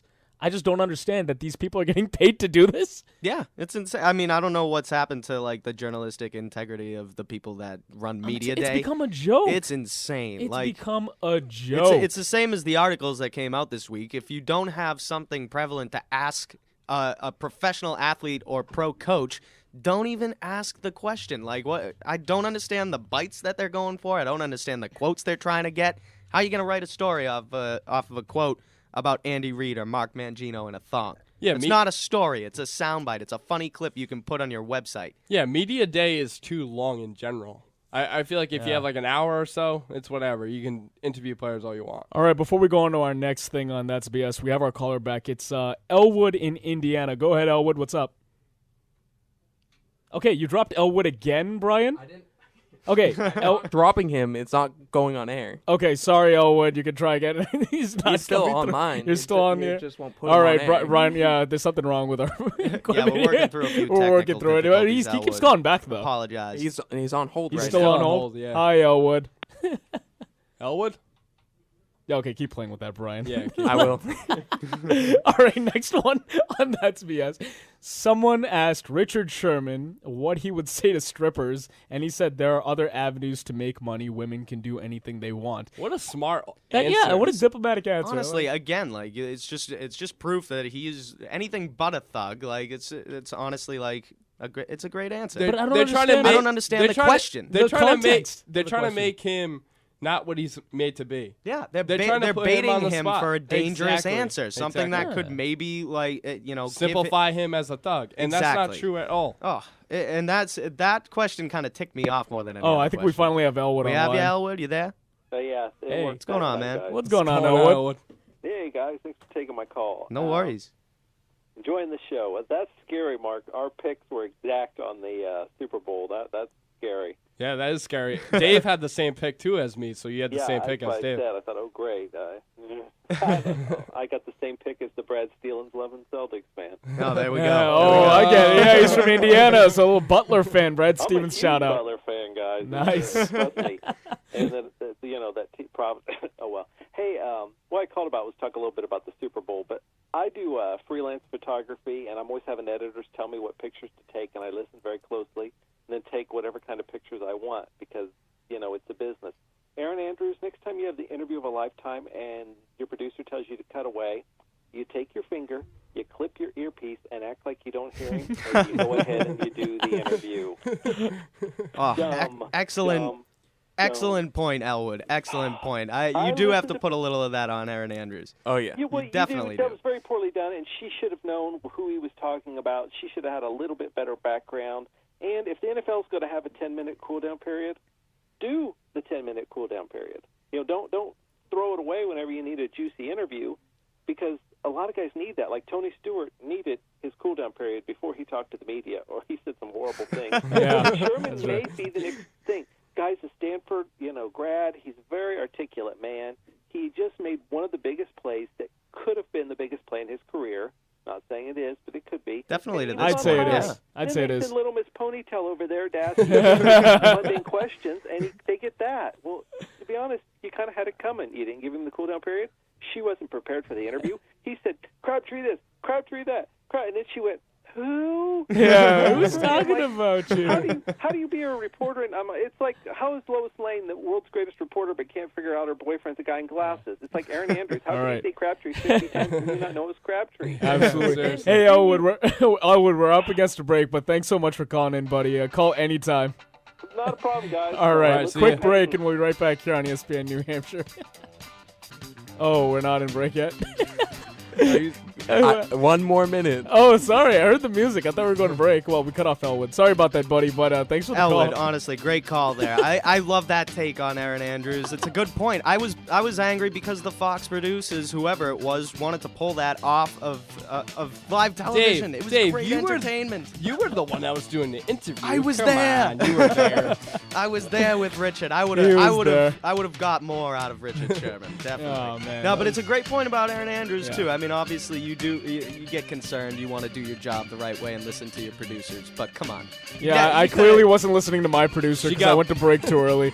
Now it's time for a break. We'll be right back at the top of the hour, right here on ESPN. Start your new year in a brand new car from Peters Kia of Nashua, where you'll find a great selection of fun-to-drive vehicles for every budget, including the totally transformed and ultra-affordable 2014 Kia Soul. Lease for just $199 a month, or purchase starting at just $14,700. And that includes Kia's 10-year, 100,000-mile warranty and Peters' complimentary lifetime powertrain warranty, so you can really drive your new Kia forever, completely worry-free. Stop in or shop online at peterskia.com. ESPN New Hampshire and Apple Therapy have teamed up to search for the Apple Therapy Student Athlete of the Year. One lucky senior boy and one senior girl will be awarded a $2,500 scholarship at the end of the school year. To find out how your son or daughter can be nominated, log on to espnnewhampshire.com and be listening for the Apple Therapy Student Athlete of the Week right here on ESPN New Hampshire. An ESPN Radio Extra Point with Colin Cowherd. So last night, Oklahoma City beats Miami. I watch ESPN Sports Center. People are going crazy. Durant's better than LeBron. Oklahoma City's going all the way. Folks, Oklahoma City, they made 11 threes last night. Come on. The Clippers won 17 straight last year. Couldn't win a playoff series. 07, the Suns won 17 straight. How'd that work out? Houston in 08 won 22 straight. Couldn't win a playoff series. The Knicks hammered last year the Miami Heat 2 times by over 20. How'd that work out? By the way, the West is loaded. I'm not sure Oklahoma City is going to get out of the West. I'm really not sure. They couldn't get past San Antonio, and there have been times this year, though San Antonio's older and limiting minutes, much like Miami resting stars. Now, they're younger than Miami. They'd lost 6 straight to Miami. They had something to prove against Miami. But I'm not even sure this team's getting out of the West. This is a beer ad for guys who drink beer with their buddies and watch football while drinking beer with their buddies. But this is a beer ad for a different type of beer with a refreshing taste of apple. Red's Apple Ale. You can still drink it while watching football or something a little different like arm wrestling, because that's what Red's is. A little different and anything but ordinary. Crisp like an apple, brewed like an ale. Red's Apple Ale. Pick different. Red's Brewing Company, Albany, Georgia. Great beer, great responsibility. O'Reilly. If it's time to top off or flush and refill your cooling system, stop by O'Reilly Auto Parts for O'Reilly Universal Premixed Antifreeze on sale for $8.99 a gallon. Protect your engine from overheating with O'Reilly Universal Premixed Antifreeze, specially priced at $8.99 a gallon at O'Reilly Auto Parts. Better parts, better prices every day. Limit supply. See store for details. O'Reilly Auto Parts. Change a light, change the world. Can we really change the world by changing a light? All it would take is to swap a traditional light fixture for an energy-efficient one. Typical lighting accounts for 20% of the average home electric bill. Energy Star bulbs and fixtures produce 70% less heat, making them safer and helping to lower your cooling bills. That's how you can help change the world. Brighten your environmental future. From the U.S. Environmental Protection Agency. This is an important message from the U.S. Department of Health and Human Services. During a power outage, never use generators, grills, or other gasoline, propane, or charcoal-burning devices inside your home, garage, or carport, or near doors, windows, or vents. They produce carbon monoxide, an odorless, colorless gas that kills more than 500 Americans each year. If your home is damaged, stay with friends or family or in a shelter. To learn more, call the CDC at 800-CDC-INFO. Friday Night Lights, Mike and Mike in the Morning. The home team with Matt Peralt, ESPN New Hampshire, 1250 WGAM Manchester, 900 WGHM Nashua. Every day, the men and women of the United States Marine Corps demonstrate their commitment to defend the American way of life. Since 1775, we have served our nation as a force in readiness. From combat operations to humanitarian assistance in every corner of the world. No matter where the mission takes us today or wherever our country needs us tomorrow, we always remember the land we call home. As Marines, we take a stand for each other, for our nation, for us all. The few, the proud, the Marines.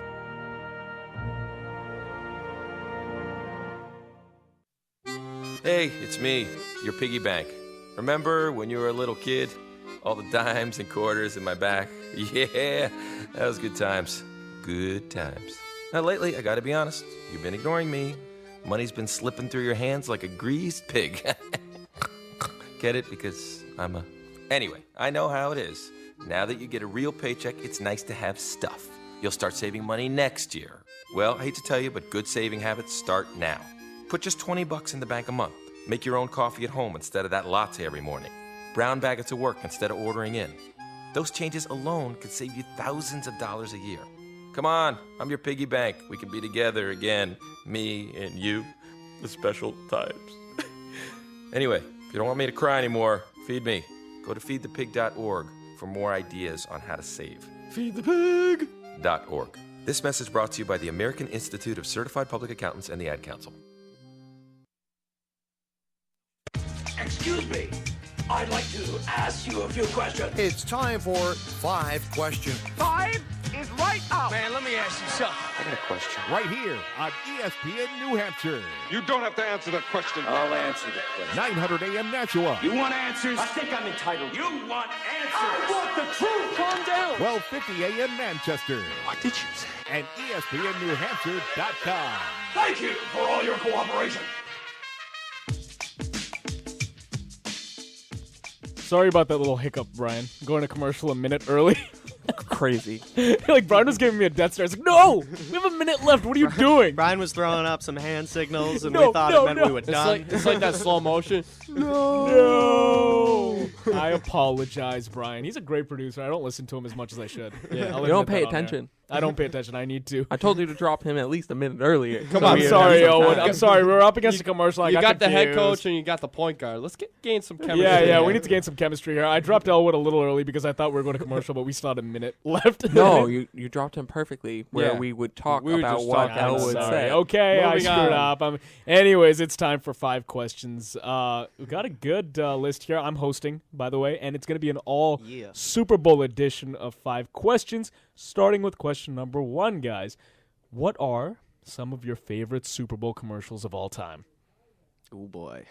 Putting That is you a on the tough one. spot. My favorite, thinking way back, I'm pretty sure this was a Super Bowl commercial, the old Orbit gum commercial, with dirty mouth, clean it up with Orbit, and they had pickle you kumquat, and what the French toast. Yeah, that was a great one. My favorite is the Doritos one with the snow globe. Yes. Where he throws it at the machine to get the Doritos out, and then afterwards it's like Free Doritos for the workplace? Oh yeah. Well, at a promotion, throws that at the guy. Doritos always has some solid commercials. The dog one was pretty good too. They had that one with the little kid too, and he slapped the guy who was gonna date his mother. Mama? Yeah. Don't touch my Doritos, don't touch my mama. The one with the goat last year. That was pretty good. Yep. The baby flying through the air too. I got 3.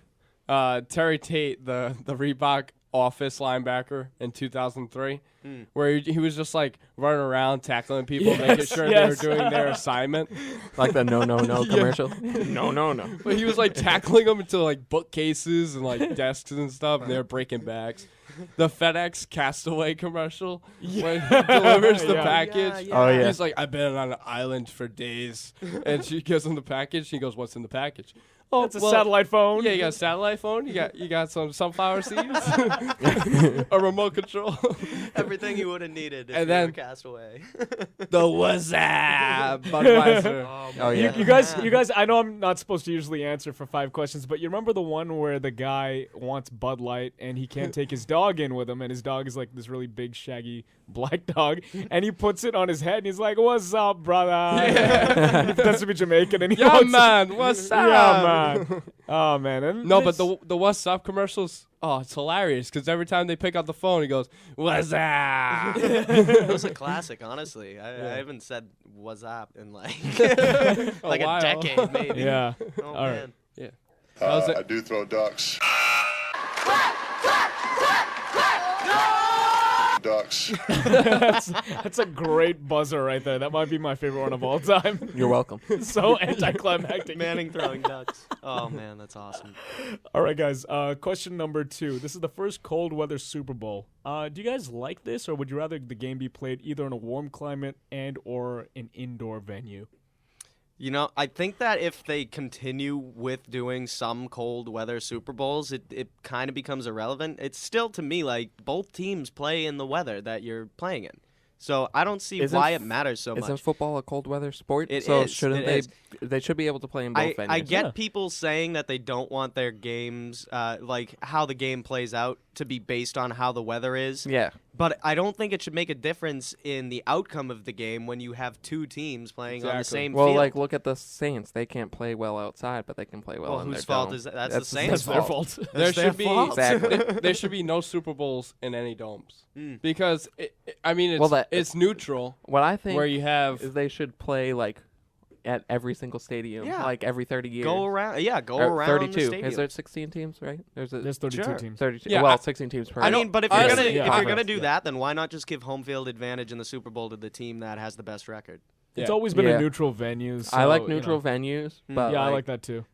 I mean, sometimes it could match up that they're not playing at a neutral venue. And here's the thing, guys. I mean, the AFC and NFC championship games are played in crap weather anyways most of the time if you're talking about cold weather teams. So what's one more game? Like, look the at Super Bowl? weather in Chicago and Green Bay during the NFC. Yeah, honestly, it doesn't matter what playoffs. I mean, NFC championship game is basically the biggest you can get. That's not the Super Bowl, right? The conference championship. Yeah. So why is that game treated any differently? Yeah, I mean, it's one step below the Super Bowl. Obviously, it's a big step, but I mean, come on, you played that one in cold weather. Well, my other thing is with the Pro Bowl, they play in a warm area. Hawaii. Yeah, but that's due so nobody gets injured. Because if you have, well, it's also because it's kind of like a free-for-all fun fest. Yeah, but I look at it from the health standpoint, where is if you put it in a cold place like Green Bay or Minnesota, Minnesota's a dome. But well, how many people actually go to the Pro Bowl? It's kind of how many people actually attend? Not nearly as many. A lot of people in Hawaii. I don't think Yeah. anyone's going to Hawaii for the Pro Bowl.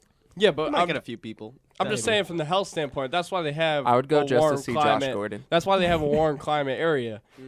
With the Super Bowl, you're playing for the championship. Right. You have to face obstacles, whether it be snow, rain, ice, whatever. If it happens, it happens. You're playing in the Super Bowl. You have to be the best. You have to be the best of the best. You have to go against the best. It's not just the best teams. It's the best conditions, and the best atmosphere, like with the fans and all that stuff. So yeah, and I think it can all plays a role. understand why the NFL would want to keep it in warm weather markets for fans' sake, because obviously you get more people. Fans going out to the Super Bowl, I mean, they got to deal with the parking situation. They probably want to tailgate before the game. They're not going to be likely to stay outside in like 2-degree weather if they would have. And there's no Super Bowl at tailgating. Green Bay. There's no tailgate. That's true. I do throw ducks.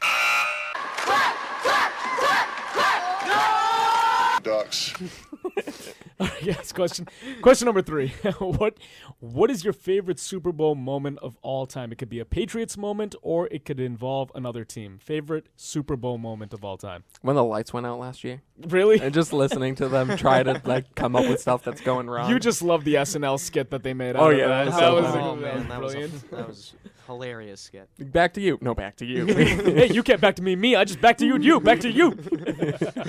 That was brilliant. You got some more information for us down there? Suffice to say, I have no new information. I have Someone no idea told who you that. I don't know who told you that. Yeah, that was definitely good. I think for me, it's got to be the Snow Bowl and Vinatieri. Right, but that wasn't the Super Bowl moment. that that was the AFC divisional game. Oh, my bad. Sorry, I thought we were talking just playoffs in general. No, Tuck greatest rule Super game. Bowl moment. Tuck rule? Is that Super The Bowl? Tuck rule game, that was the AFC divisional game. Oh, yeah, okay. Against Oakland. All right, yeah. I have one. Okay. The Steelers and Cardinals game when Santonio Holmes? Harrison picked off. Pick Oh, yes. The Kurt longest, Warner. the longest pick six pick six in Super Bowl history. Yeah. Super Bowl history. Super Bowl. I am actually going to, again, I know I'm not supposed to answer, but whatever. I'm hosting 5 questions. I'm going to do it anyways. Santonio Holmes' game-winning catch in that Super Bowl 43, in the back corner of the end zone, right after Larry Fitzgerald broke off his, what would have been the game-winning touchdown. That was incredible. Oh, yeah. I'm going to go with that. And that's not even a Patriots moment, but that was just one of the most epic endings to a Super Bowl I've ever seen. Wait, so the pick six wasn't the game-ending touchdown? No, that was, I think, before the half, actually. Oh, really? Yeah. I thought it was at the end of the quarter where they tied it up and went into overtime. Didn't they go into overtime? No, that didn't go into overtime, did it? The Super Bowl? I can't remember if that went into overtime. No, I don't think it did. But yeah, I'm gonna go with that one. Santonio Holmes game-winning catch in Super Bowl 43. Dave, do you have one? The only thing that I can think of right now, because I'm just like, I can't think of anything off the top of my head. All I can think of is when the Giants, in that first Super Bowl against the Patriots, the play where he had the football on his head. Tyree catch. Oh, yeah, and not saying that was one of my favorite but moments. The most Definitely iconic. one of the most memorable. It was so funny on the ESPYs. They made fun of that. Justin Timberlake, like, pretending he was Tyree. Yeah, they had the gum on his the top. helmet. Yeah. Yeah, I mean, honestly, there's so many you could choose from, but those are our moments that we like, or the most iconic ones. In Dave's I case. do throw ducks. Ducks. Question number 4. All right, this one's kind of a little tricky. Tom Brady, Peyton Manning, Joe Montana, and John Elway. If you could pick one of these Super Bowl winning quarterbacks to start the big game for your team, who do you go with? Once again, Brady, Manning, Montana, Elway. Which one would you choose for the one game that you need? Montana. You go with Montana? That's not a bad pick at all. I would take Montana or Brady. Man, easily. My order? Can I put these in order? Fine. Yeah, let's make it in order. Montana, Brady, Manning, Elway. Montana, Brady, Manning, Elway. Yeah, that sounds about right. Yeah, I might actually put Elway in front of Manning. Yeah. At this point, because although unless Elway Manning wins tomorrow. Yeah, Elway was pretty bad in Super Bowls too. He went to 5 and he won twice. Yeah, I would have probably the same order. I mean, I haven't seen much of Montana, obviously, except for highlights. Obviously. So, I mean, I love Tom Brady in the playoffs, but, we've been talking for a while about how he hasn't been there. He hasn't won a Super Bowl. He hasn't been great in the playoffs in the past decade. So, I mean, he's got those 3 in the first few years of his career, and, now it's kind of the gap is closing between him and Manning. So I like that order. I'd go Montana, Elway, Brady, and Manning. What, you put Elway ahead of Brady? Really? I like Elway. What? Back in his glory days. He went to 5 Super Bowls and only won 2. Brady's been to 5 Super Bowls, won 3, and almost won the other 2. I don't care. I like John Elway. I always like John Elway. See, this is what happens when you have a non-New England guy. I put Dan Marino ahead of all of them. So. Yeah. Okay, Dan Marino, the guy that never won a Super Bowl. Still on Super Bowl. He's like way down, like 100th on my list. No way. Yeah, no Super Bowls. I was just kidding. I was being over. No, he's one of the greatest Facetious quarterbacks of all time. But I mean, honestly, like, yeah, you'd either take Joe Montana or Tom Brady. Around, it's Montana. It's a no-brainer. And before we go on to the next question, I just want to say that Tom Brady, if Asante Samuel in Super Bowl 42 had made that pick, if Rodney Harrison had not allowed David Tyree to come down with that NFL and Ellis Hobbs hadn't blown, if he hadn't blown his coverage on Plexico Burst, hey, when's they the would last have time won Miami that game. won? So shut up. I said a lot of ifs. 1973. Okay, well, there you go. You got the date. And also if Walker had throw the year. ducks. Ducks. All right, I'm sure you guys have been hearing this a lot, but another legacy question. If Peyton Manning wins tomorrow, will he cement his legacy as the greatest quarterback of all time, No. or does he need that third one? It doesn't cement it. No, he's still below Brady even if he wins this one. Really? Yeah. Really? Yes. That is, I think he passes On the Mount Brady. Rushmore of quarterbacks. I think he goes passes Montana, Brady. Brady, Manning. I think he passes Brady if he wins tomorrow. No. It doesn't cement it, but it puts it in sort of like a viscous, malleable liquid. It combines them as Interesting one. way of putting it. They're one blob. Sports chemistry over here. Like, nice like that sports mosquito in Jurassic Park that's stuck inside the sap. That's sort of what would happen to Peyton Manning's career. It would combine with Tom Brady. It wouldn't be cemented. It would be sapped like a mosquito from What the made, Jurassic what made era. you think of that? I don't know. I was fantastic. Quicksand? Like make it like quicksand? Like almost cement? Well, I mean, quicksand is kind of ominous, isn't it? I mean, It's so too like easy. Yeah. picturing his career drowning in quicksand isn't as good as like preserving it at the top of that dude's cane from Jurassic Park. Yes, yeah. So I'm mean, gonna that's kinda concur. what- that's I'm what gonna concur going with Dave. I feel like if you put Manning, if Manning wins another one, I think you put him close to Tom Brady. I don't think he beats Tom Brady. That's what I meant by what I said. I don't know. I mean, honestly, even as a Brady guy, I don't know how you can overlook the fact that if Peyton Manning gets a second ring, he's now got multiple. He's ahead of Eli, definitely, because a lot of people are like, oh, Eli Manning has 2 rings, and big brother. Well, yeah, he'll be ahead of Eli. Eli throws so many picks, it's not even funny. But he's 100%. Yeah, and Eli Manning in 10 years in the league, I think he has like 8 one-and-dones and 5 missed the playoffs and 2 Super Bowl rings. So I think there's no doubt Peyton's the better quarterback. Don't you have to evaluate Denver's offense too, though? They have a lot of weapons. Sure, he's always had weapons, so I guess you could make the argument that Tom Brady's made something out of nothing. Right. Yeah, but tomorrow's the true test. Yeah, and look, guys, test. if he gets one more, I can't overlook the fact that he, in my book, would probably be right up there next to Brady as I greatest. I think it puts him in the conversation. As I'm not saying he's not there. Greatest. Right now, I don't even think he should be a part of the conversation. No. Until he wins a second Super Bowl, he's obviously one of the greatest regular season quarterbacks of all time. We know that. But that's the thing, regular season. We know this. But his he'll postseason still be a numbers Hall of just aren't Famer. there. But what do you mean? Of course he'll still be a Hall of Famer. What kind of a overstatement of the year? He'll still be a Hall of Famer. I mean, no doubt. Brady and Manning are absolutely probably in the top 5 for greatest quarterbacks of all time. And where's Matthew Stafford on that list? He's definitely in the top 10. Well, think about it. Stafford. Think about it. He has the 9th highest total season and who's his wide receiver? Who's his wide receiver? No. I believe a guy named Calvin Why are we Johnson. talking about Why do you bring in Matthew Stafford? I'm just saying he could be the next big thing. You know how you say you shouldn't even mention him in the same breath as as someone else? That's exactly what you just did. Is mention Matt Stafford in the same breath as Peyton Manning and Tom Brady on. Some people refer to Matthew Stafford as a puffy-faced marshmallow man. Brady and Manning are in the same sentence for me, though. I feel like you said they're in the same conversation. I think they're in the same sentence. Oh, it's very close. I really think it's that close. They're right next to each other. And Montana is the king of all kings. So. Oh, yeah. Because he's perfect in Super Bowls, right? Yeah, he's 4 for 4. Yeah. But then again, he also had Jerry Rice for a little really, and he also had Jerry Rice for a little while. But Steve Young kind of took over and had Jerry Rice for longer. But you have to also look at the receiving core. But Peyton Manning going up against the best defense in the league, this has to be a memorable one if he does win. Oh yeah. And you kind of look at Tom Brady playing the Giants. He fell short. Yeah. So you couldn't get number 4. Yep. And I don't know how much you put that on Brady, but again, this is just me being a Brady homer.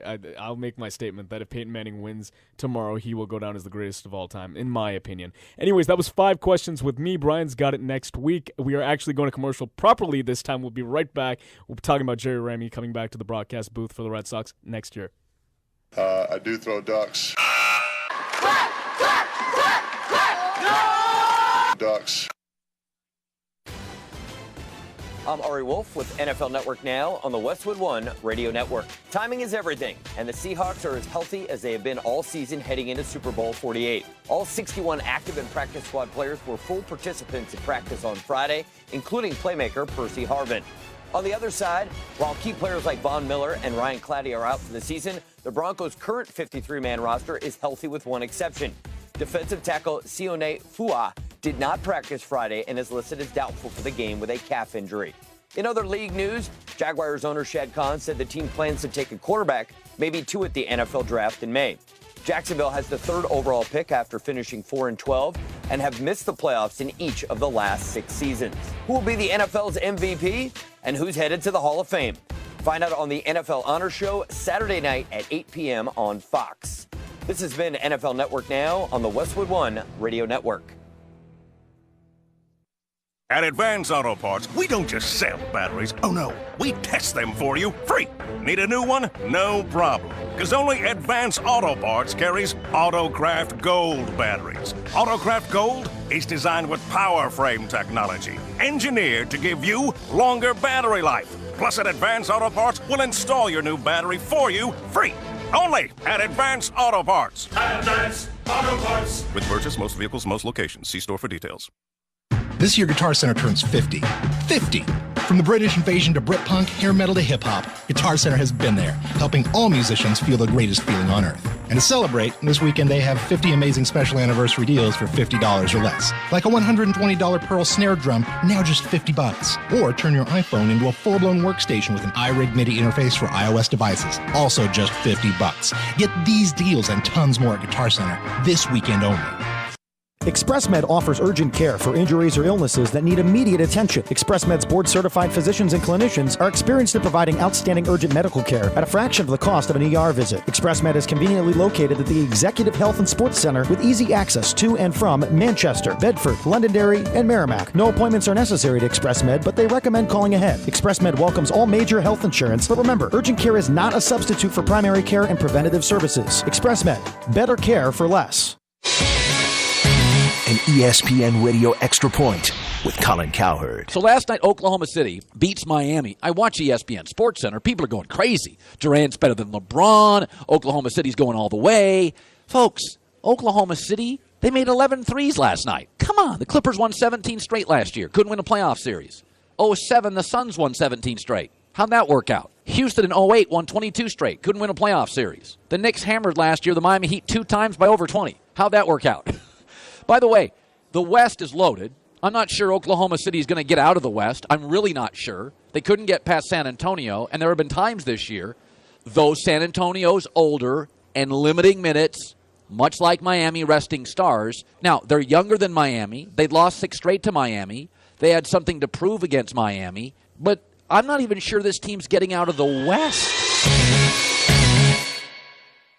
This is a beer ad for guys who drink beer with their buddies and watch football while drinking beer with their buddies. But this is a beer ad for a different type of beer with a refreshing taste of apple. Red's Apple Ale. You can still drink it while watching football or something a little different like arm wrestling, because that's what Red's is. A little different and anything but ordinary. Crisp like an apple, brewed like an ale. Red's Apple Ale. Pick different. Red's Brewing Company, Albany, Georgia. Great beer, great responsibility. O'Reilly. If it's time to top off or flush and refill your cooling system, stop by O'Reilly Auto Parts for O'Reilly Universal Premixed Antifreeze on sale for $8.99 a gallon. Protect your engine from overheating with O'Reilly Universal Premixed Antifreeze, specially priced at $8.99 a gallon at O'Reilly Auto Parts. Better parts, better prices every day. Limit supply. See store for details.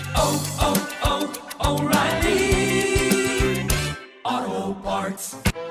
ESPN New Hampshire's coverage of Super Bowl 48 is being driven locally by Infinity of Nashua, located at 105 DW Highway and online at infinityofnashua.com. Our local coverage begins with the Granite State Kickoff Show at 10 o'clock on Sunday. Westwood One takes over at noon with kickoff at 6:30 right here on ESPN New Hampshire. It's Super Bowl 48, driven locally by Infinity of Nashua, and it all starts right here on Sunday at 10 a.m. on ESPN New Hampshire. Jared has had issues his whole life. We've tried to deal with them the best that we possibly could. There comes a point where, sometimes it doesn't resonate.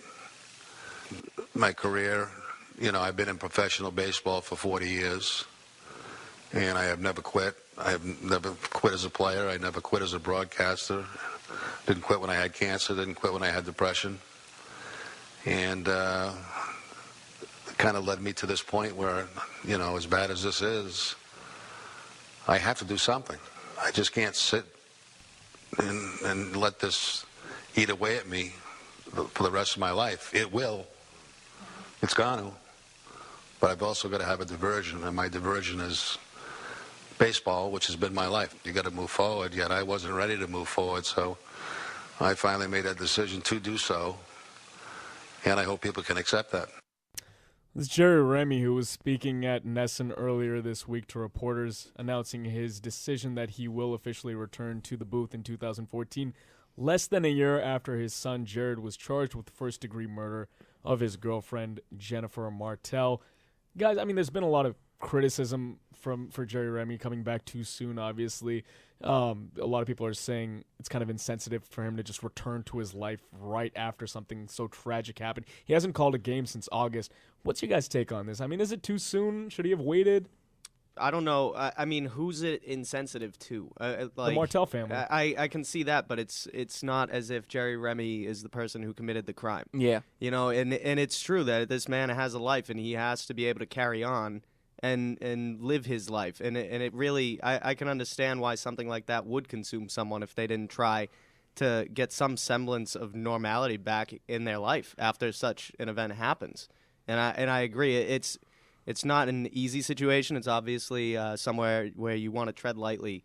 over the coverage of it and everything. But I hearing what he said, you know that there's remorse and you know that he's sincere. But I take it on his word that this is something that he needs to do in order to get back to his life. And it's not something that you can really dwell over for such a long for the rest of your life. I mean, at the end of the day, this is something that's gonna follow him, unfortunately, to his grave. Yeah, right. I mean, your son allegedly is charged, murders his girlfriend allegedly, and you don't get over that in a year. You don't get over that in a decade or 2 decades. That's gonna follow you for the rest of your life. So whether he comes back this year or next year, it's always going to be there. He's always going to have to answer the questions. And the one thing that people could say is, okay, if he comes back this year, there's obviously going to be the trial that'll start, I don't know, maybe in the fall. He's going to have questions that are going to be targeted his way when things start to leak out.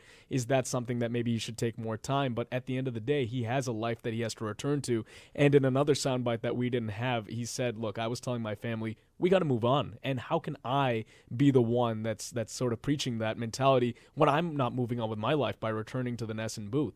So it's going to be tough. It's obviously a really crappy situation, for a lack of a better word. Mm-hmm. But, I mean, what else should he do? Should he just kind of bury his head in the sand and just not return to his normal life?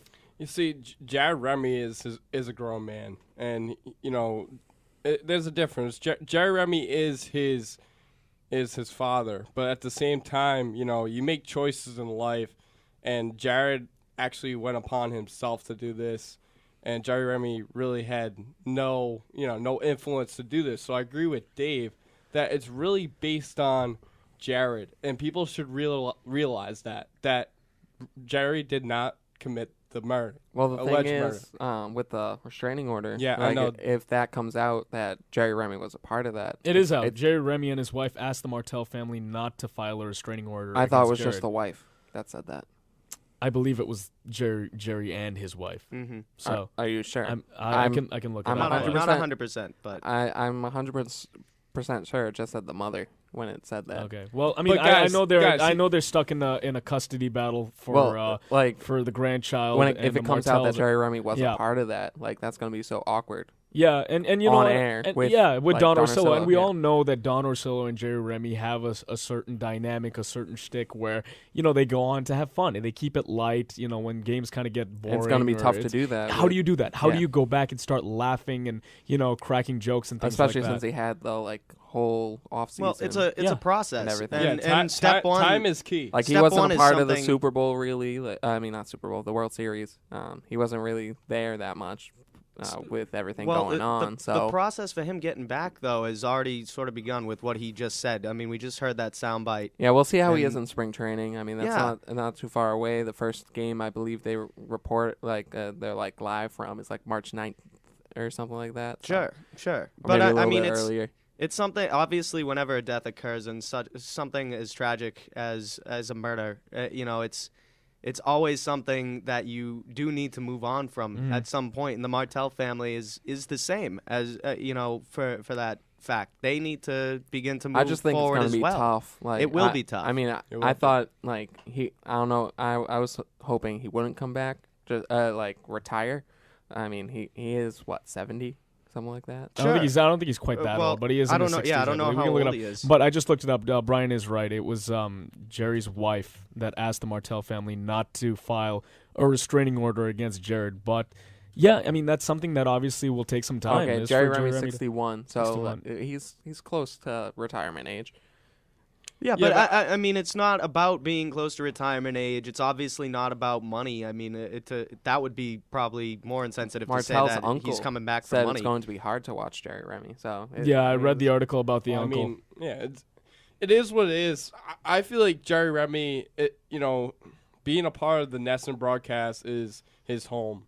It's like his secondary home. He's been on there forever, and just to leave on bad terms like that is. Yeah, I mean, Jared was also a part of the Red Sox. He was employed by the team, and he got fired back in 2009 for using steroids. Yeah. Right, but looking at Jerry Remy, his past, he went through cancer, he went through diabetes. The guy just wants to live his life, and this comes up and he wants to go back to what he loves doing, and he loves baseball, and that's the thing that we have to look at. Yeah. He's going to be talking about baseball. He's not going to be talking about his son. He doesn't want anything to do with his son anymore, if this is true.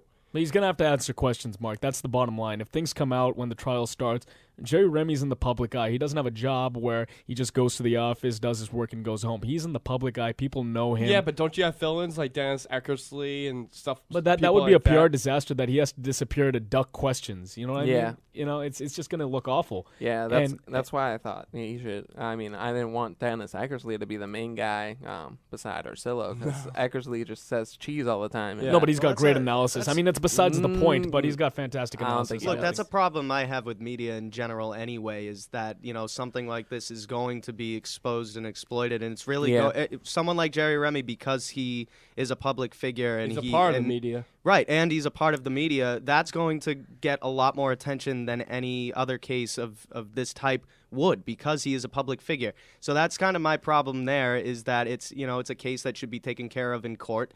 Any questions that should be asked of Jerry Remy should be taken care of in court or by litigators, and it really shouldn't be asked by the media. I understand that, media wants ratings and has to do what they have to do to get the quotes that they need from the people they need them from. But to an extent, there's a responsibility there to make sure that you handle such a tragic situation with care. And that's what the media they have to do that. They have to be responsible as well, because let's be serious, without the media, there would be no issues here going forward as far as Remy getting back to his life. You know, that's something that needs to be taken care of by the PR staff of the Red Sox. They have to do a good job. If Remy is asked questions, he has to answer the questions to the best of his ability. It's tough because Jared is going to be the subtopic, and Jerry Remy is going to be the topic of them all, which is what it's been. Really, he is a public figure, but at the same time, he's not the one that committed this alleged murder. Mm-hmm. And people, they just have to look at that. Yeah, Remy. I don't think Jerry Remy, like you said, Jerry's wife was the one that rejected the restraining order or whatever. Yeah, she requested the Martells not file the restraining order against Jared. Right. Yeah. So Jerry Remy might have had a say with his wife, but at the same time, I feel like he has to go back to what he loves doing. Yeah, and here's an excerpt from an article from ESPN This is Jerry Remy speaking. If I didn't think I couldn't be myself, I wouldn't do it, talking about returning to the booth. Yeah. I hope that doesn't come off as insensitive. It may be to some, but that's the only way I know how to do my job. I'm sure there will be people who are very upset with me. It's the only way I know how to do a game. I've thought of all these things 1,000 times, believe me. And he sounds genuine. He sounds sincere. I mean, at the end of the day, what's he supposed to do? Just disappear from life for the rest of his life? I mean, the guy has to return to some sense of normalcy, as Dave was saying, and this is the way he does it. This could be one of the greatest stories ever if he does pull this out. If he doesn't.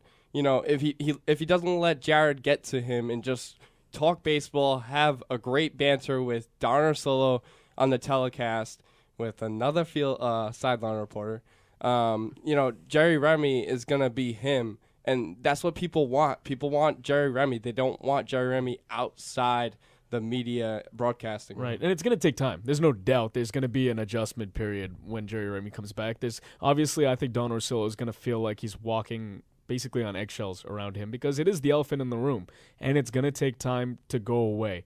And I don't know if we're going to see Jerry Remy lighthearted from the start. I really doubt that. I think we're going to see him kind of a little buttoned up, a little, just kind of calling the game as it is.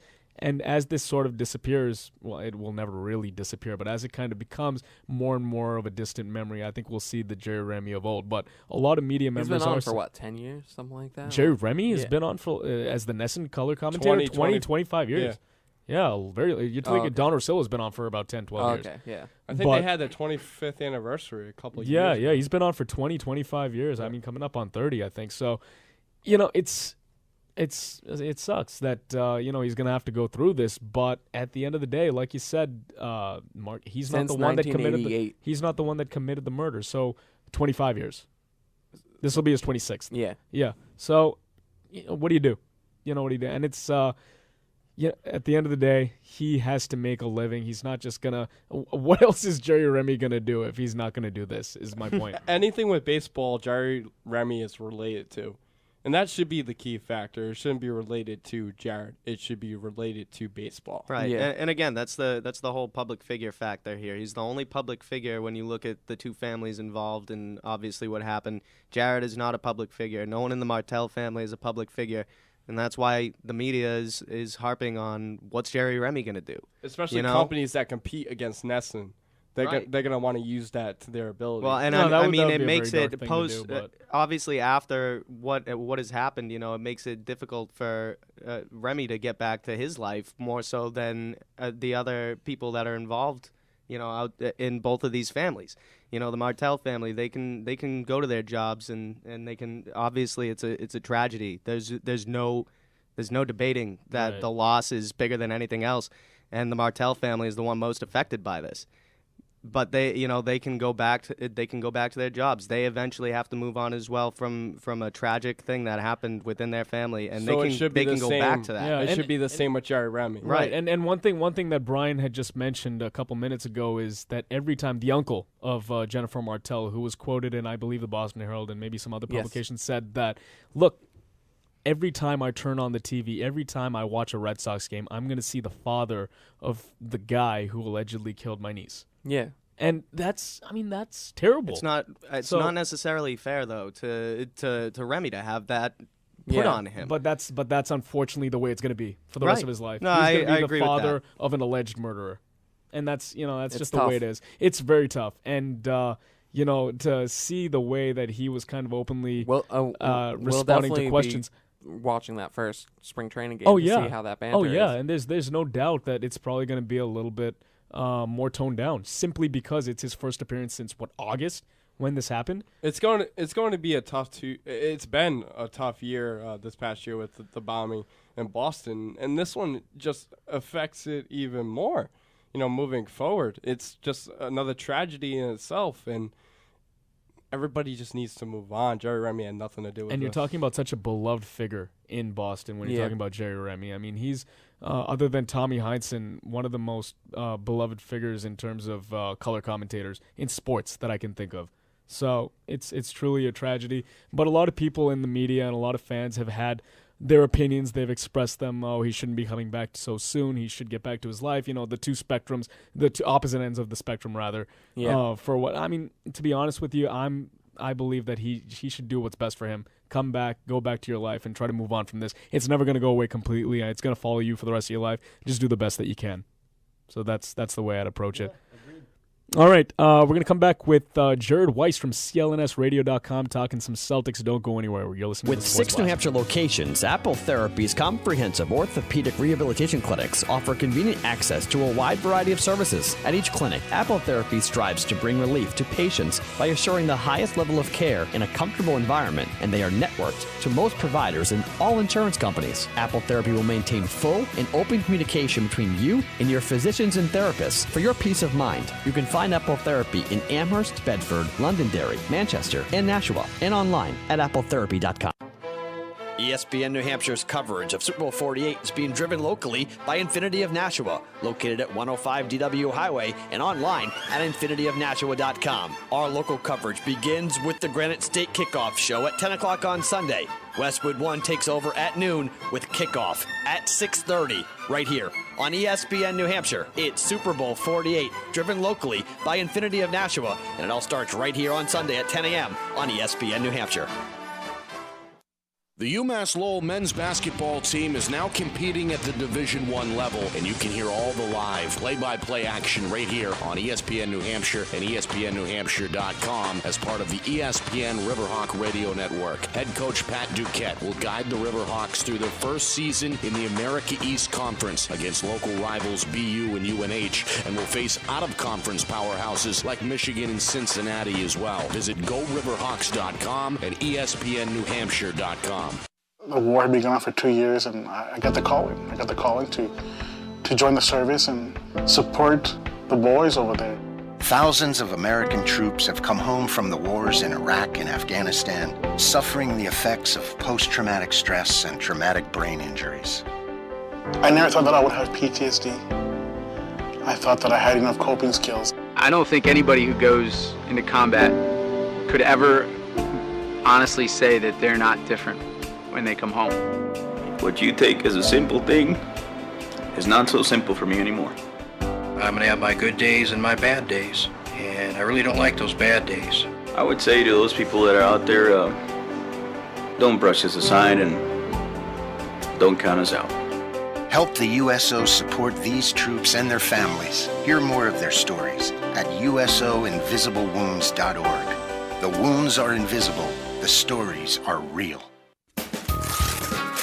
Whoa, a digital music player. Thanks, Mom. Glad you like it. We can finally toss out that old massive stereo. Mom, you can't just throw out electronics. They need to be recycled or donated. Recycled? Like aluminum cans? Yeah, you just go to greenergadgets.org, enter your zip code, and it tells you where the nearest certified recycling center is. I knew that. Okay, Mom. Recycling electronics is as easy as buying them. Log on to greenergadgets.org to find electronics recycling options near you.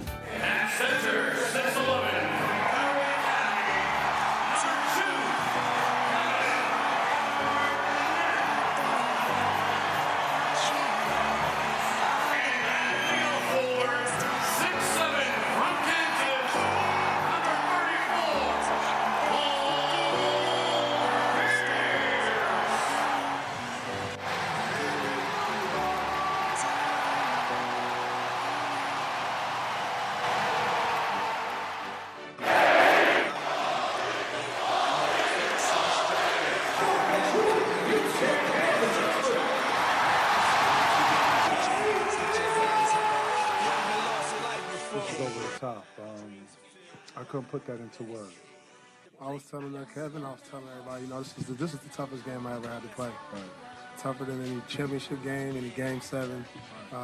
This game was just so hard to really just focus and to shower with love throughout the whole game. You look up, you see so many Kevin jerseys, my jerseys, so many posters. And it's every second you're on the bench, every second during the game, people are calling your name. It was really tough for me to focus today.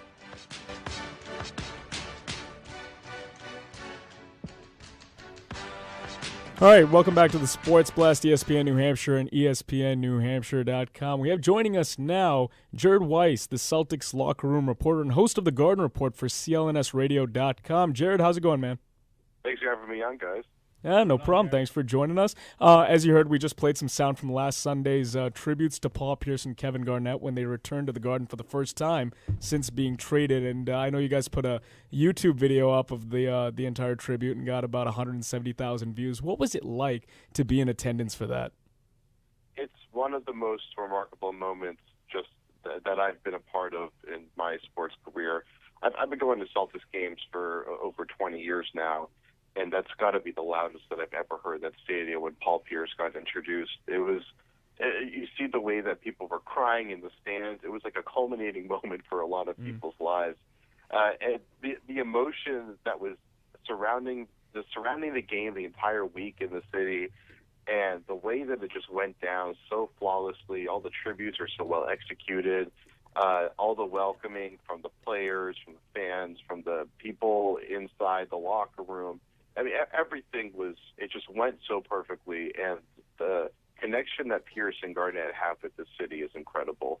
And to get to see it in person and to see it just be exemplified so perfectly was really a great moment. Yeah, so Jared, this is Mark here.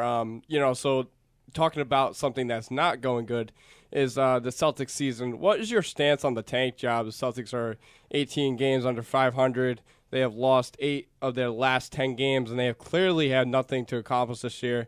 Isn't it in their best interest to keep on losing? Great segue. They went 2-15 in January. They trade Courtney Lee. They trade Jordan Crawford.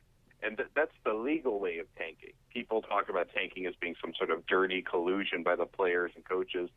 Tanking is really when the upper management gets rid of the players that are kind of keeping the team going.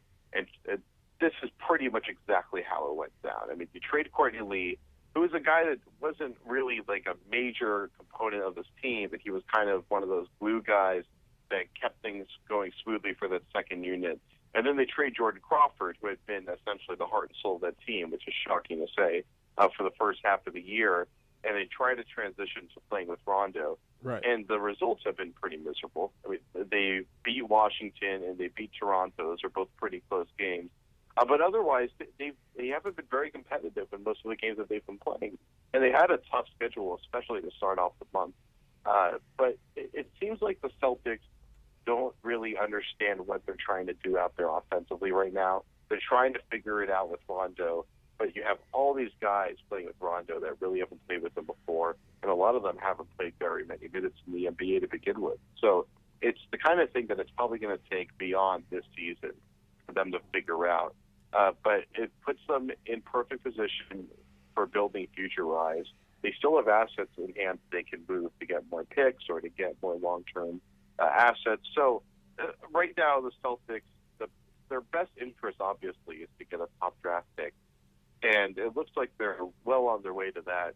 The question is how much offensive chemistry can they develop over the next couple of months. Yeah, so an uprising star is Jared Sullinger. He had 24 points and 17 rebounds against Philadelphia the other night. Do you see a similarity in his game compared to Kevin Love? Yeah, I mean, the comparisons to Kevin Love get criticized because it's a hogwash to compare him to such a great player. But they have a lot of similarities in their game when you look at how they were playing at that point in their career. Jared Sullinger basically reaching the 82 games mark on his career now, and they're both guys with pretty good low post games. They don't really have much of a face-up game, but they've got pretty good back-to-the-basket games, and they both can shoot the three ball. Now, Jared Sullinger, percentage-wise, is in the pretty much in the mid-200s shooting the three, so it hasn't been very good this year. But there's no question that he has that shot. He's going to have to get that shot at some point. And Brad Stevens basically told him and the rest of the team, I don't really care if you're missing your shots. Keep taking them, develop that shot, and eventually you'll be nailing them. So that's what he's trying to do. And Kevin Love wasn't a knockdown three-point shooter the way he is now. I mean, three-point shooting is something that takes a while to develop in the NBA, especially for stretch big men. Right. But Jared Sullinger, the way that he plays the game, with his game being basically oriented around offensive rebounding, back to the basket game on the block, and then mid-range shooting, and now even three-point shooting.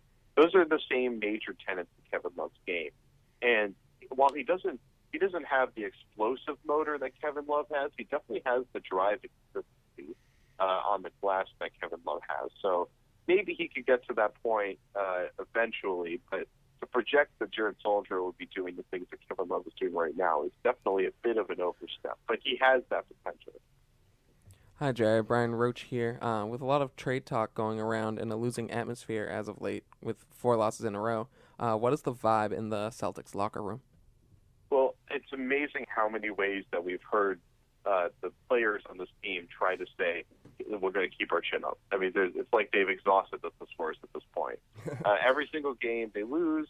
Every single game they say something about how they're gonna move forward and they're gonna try to get better. And of course, what else is an NBA player going to say? But right now there isn't like a lot of positives for them to talk about. The media is asking them every single game, why'd you lose it this way? Why'd you lose it that way?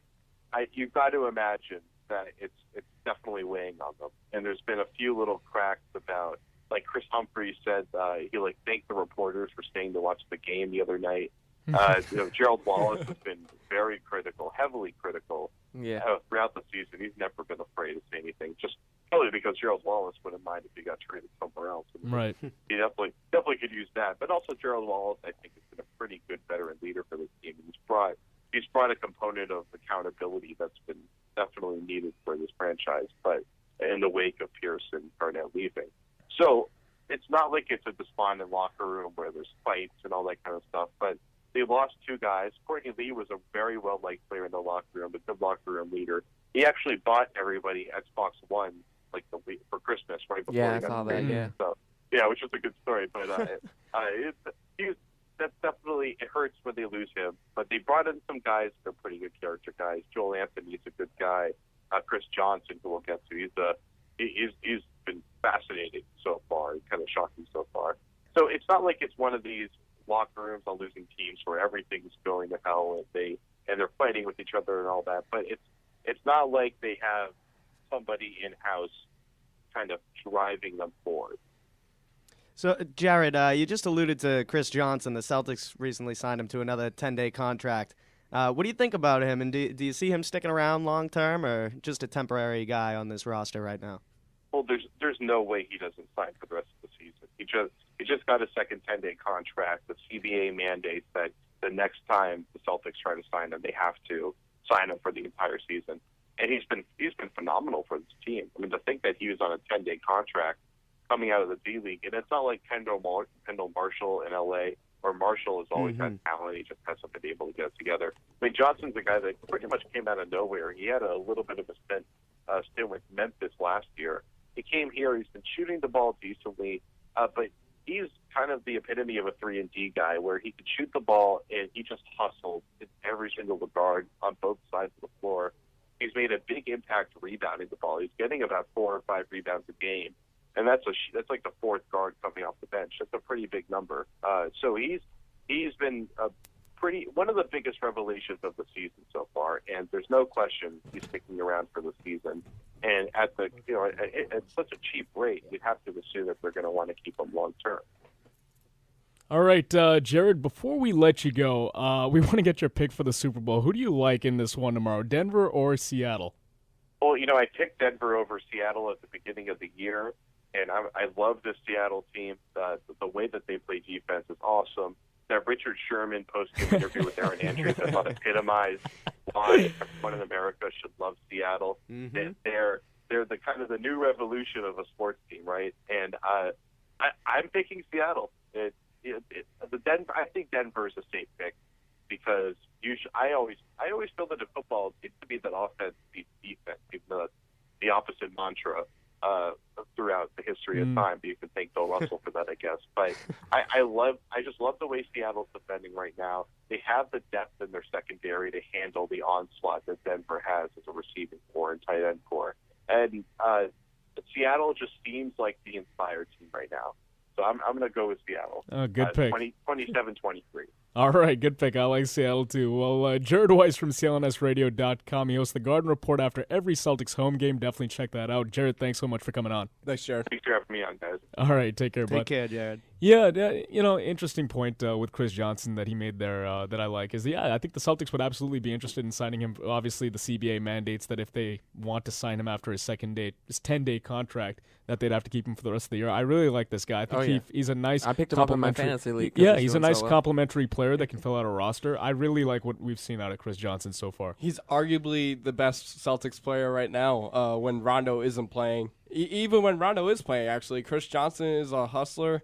He knocks down some three-pointers. Offensive rebounds are so key with this kid, and he can actually he has good hands, so he can steal the ball too. He can do everything, and this is like a diamond in the rough. A guy finding a guy in the NBA D League. It's just awesome to see this guy perform like he is and having a chance and an opportunity and fully living it up. Yeah, it's always the guys that have something to prove that seem to step up most. Backs against the wall. Yeah, I mean, they're in the D League. They're coming up. They're trying to make an impression.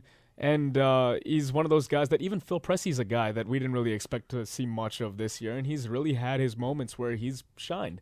And these are the kind of guys that when you're talking about a rebuilding process, you could say, okay, these are guys that could fill out a roster that could really be part of the rebuilding process to fill out the second unit and really complement some guys like Rondo, like Jeff Green, and obviously once free agency starts after this season or through the draft, if the Celtics retool and actually do make a much better team than they have now. And they can look to secure him for next year and maybe years upon that, but right now he's making his name known around Boston. I mean, everybody's talking about how good he is playing, and great 3-point shooter. Mm-hmm. Yeah, and A. Sherrod Blakely of CSNE actually wrote an article about he should start, and I totally agree with him. I mean, Gerald Wallace plays over him with Jeff Green. The thing is, I think Chris Johnson gets more minutes.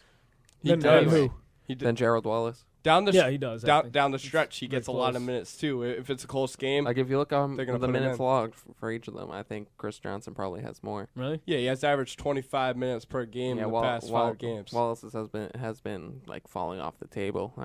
He's probably going to be traded. Well, soon. yeah, he wants to be traded. I would be surprised to see Gerald. There's Wallace a reason why he's playing bad. There's a reason why he's playing bad because he wants out. Get me out of Dodge. Yeah, exactly. He'll probably go to the Lakers or some kind of team just to just to live it up in LA by himself.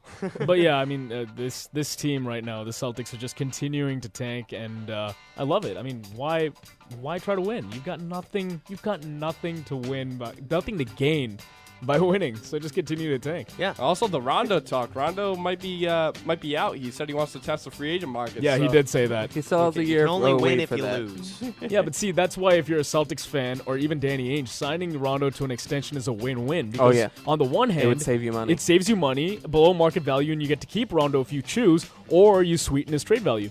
So if you're Danny Ainge, of course, the obvious option is to sign him not to something crazy, not anything too long-term, a 2 to 3 year extension. That's perfect. That's what I'd do if I were Danny Ainge. They're both playing the game, and they're playing it well. Exactly. It's chess. That's what it is, and Rondo's right there. So, all right, quick break. We'll be coming back with some Bruins stuff right here on the Sports Blast, ESPN New Hampshire.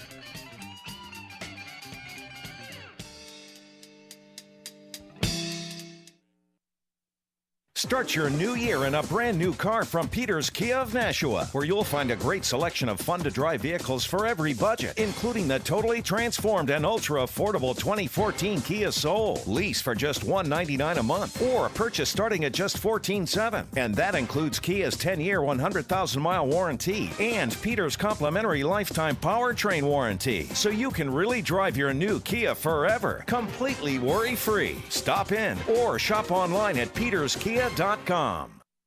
Hey, I heard you took your kids to Conway Arena last week. Yeah, that's right. It was a great way to spend the afternoon. We skated, had hot chocolate. The kids loved it.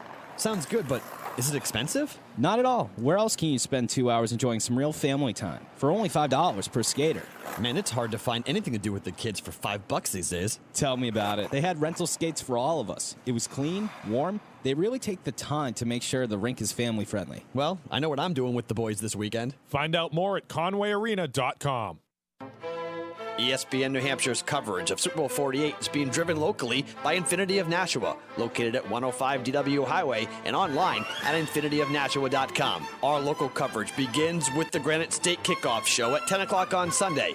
Westwood One takes over at noon with kickoff at 6:30 right here on ESPN New Hampshire. It's Super Bowl 48, driven locally by Infinity of Nashua, and it all starts right here on Sunday at 10 a.m. on ESPN New Hampshire.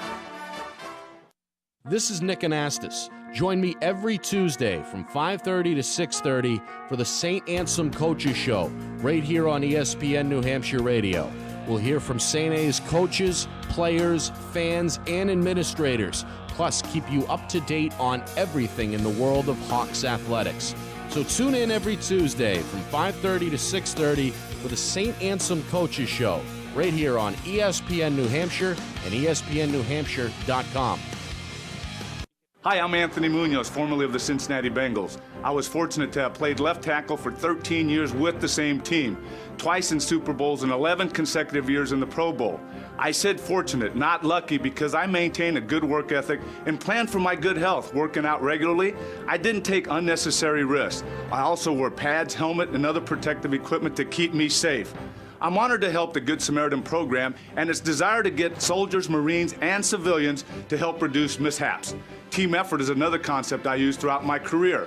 Teammates helping teammates will work. The lessons I've learned in my football career can be applied to traffic and off-duty safety. The right equipment like seatbelts, helmets, and motorcycles, and high-risk activities and goggles or glasses will help reduce mishaps. Don't depend on luck to keep you alive. It's better to plan for your future and for your safety. It simply takes a momentary loss of attention to land you on the bench, sidelines, or worse. In the last decade, more than 400,000 people died on America's roadways. That's one person every 13 minutes. Roadway deaths strike the young or old at any time of the year, at any hour of the day or night. And it doesn't matter whether you drive a car on a highway, ride a motorcycle or bicycle on a country road, or simply take a walk near traffic. Everyone is at risk. Since 1969, members of the American Traffic Safety Services Association have worked diligently to make our nation's roadways safer by providing the majority of roadway safety features, including bright signs and pavement markings, guardrails, and crash cushions. These are just some of the roadway devices that save thousands of lives each day. Since most of our roadways were built in the 1950s, there's so much more work that needs to be done to reach the ultimate goal of zero deaths. Safer roads save lives. To learn how you can get involved, visit atssa.com. A public service message from the American Traffic Safety Services Association. The biggest name in sports, catering to your local roots. ESPN New Hampshire, 1250 WGAM Manchester, 900 WGHM Nashua. In the next 60 seconds, 156 people will be added to Earth's population. Many will face a life of poverty, hunger, and poor health. At some point, planet Earth may no longer be able to sustain our world's population. But overpopulation is not just a numbers game. It's also about a better quality of life, which includes access to basic health care, food, clean water, and a sustainable balance between people and our natural resources. If you think overpopulation is such a big problem that you can't make a difference, think again. Population Connection is the national grassroots organization that believes through education and information, individuals can make a difference. Take the time to make an investment in a better, safer, less crowded world.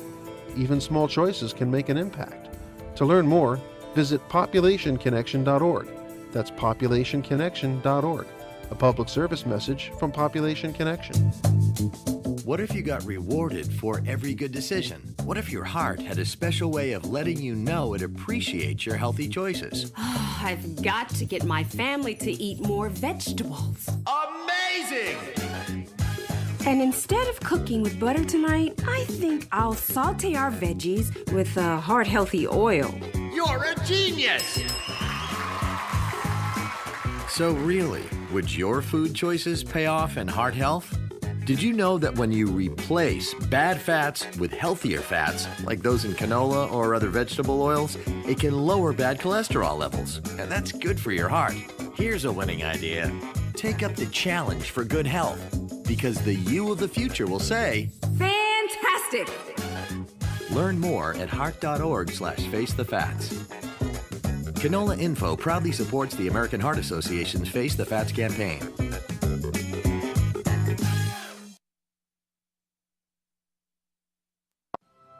Minus 15. We will go out with that. Timeout for blast off. Give me less 10, 9, 8, 7, 6, 5, 4, 3, 2, 1. Good things must come to an end. Routine stage 2 burnout at 115 seconds, followed by a 20-second close phase. Stage 2 separation of stage 3. On the line to the final whistle blows. I'm holding for ESPN New Hampshire. Motor pressure is nominal. Vehicle attitude and flight path are nominal. Separation is confirmed. We will not go quietly into the night. This ends now! The Sports Blast, every Saturday from 11 a.m. to 2 p.m. right here on ESPN New Hampshire.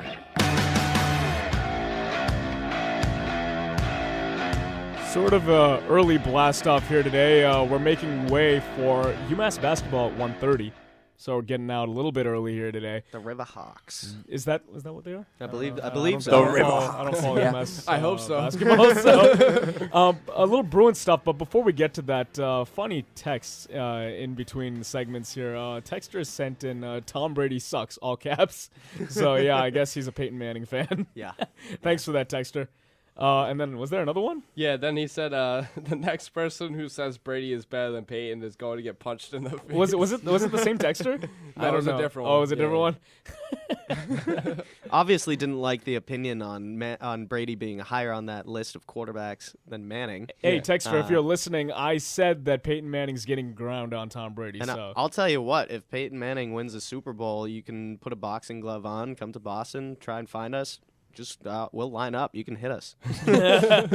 Just do it. Wait, you're not going to battle? What? You're going to take shots from him? I mean, he said next person that says Peyton Manning is worse than Tom Brady gets punched in the face. So I'll give him that. I won't fight back. Oh, yeah. If Manning wins a Super Bowl, come find us. Punch us in the face. All right, we'll make that a thing. All right, guys, some hockey talk now. The Bruins are, 4 games away from the Olympic break? Yep. So doing pretty good right now. Marshy is on fire. Yep. Brad Marchand. Yep. Marchand. Marchand now. Yeah, at the beginning of the season, Marchand declared that we had to call him Marchand because that's how it's pronounced. I'm not going to call him Marchand. It's like the Rajon Rondo debate. It's like, which it's is Marchand. Yeah. Marchand. Until next year when he comes back and he's like, actually, it's pronounced Marchand.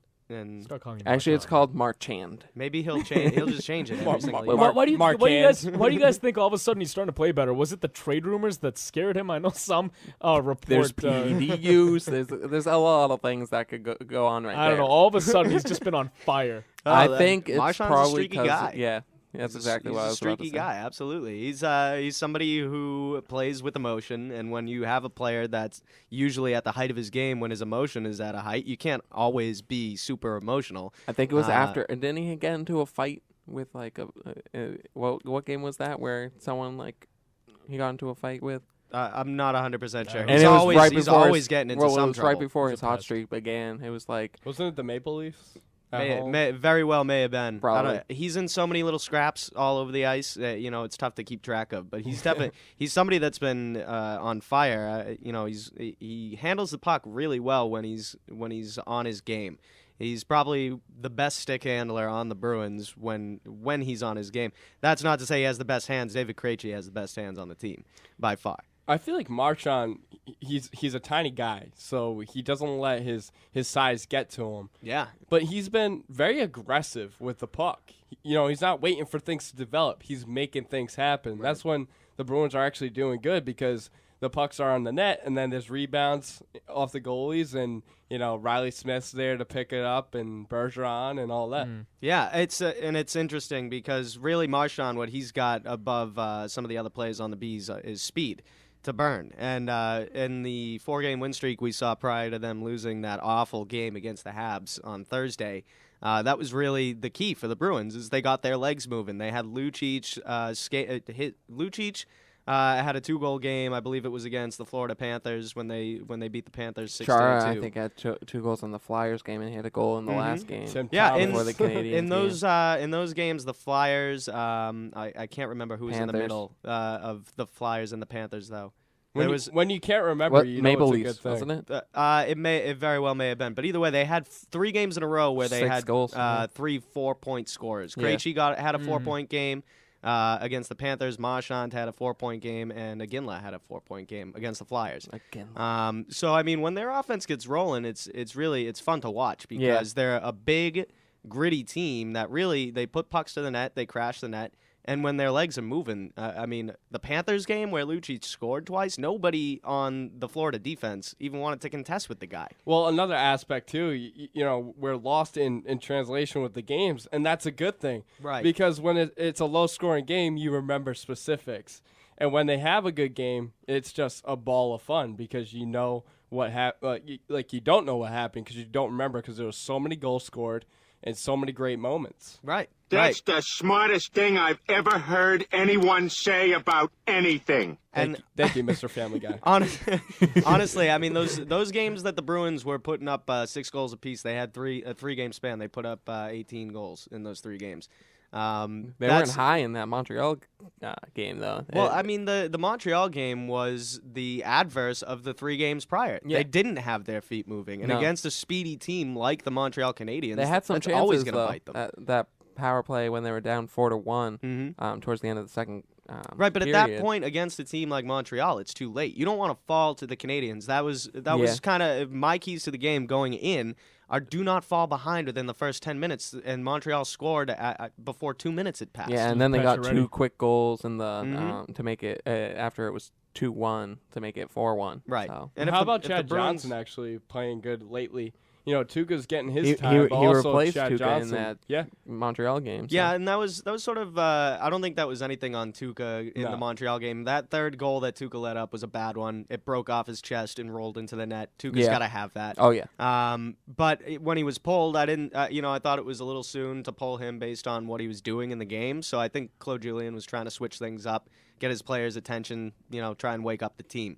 Tuca, we're starting to see in his first full season as a starter, there is some fatigue. Yeah. And, towards the end of the season, I could see Johnson playing some more to rest him up for the playoffs. And they also have, is it Silverberg down in Providence? I can't remember the Swedish goalie's name. Svedberg? Svedberg, maybe? Yeah, yeah, I think it's Svedberg. Either way.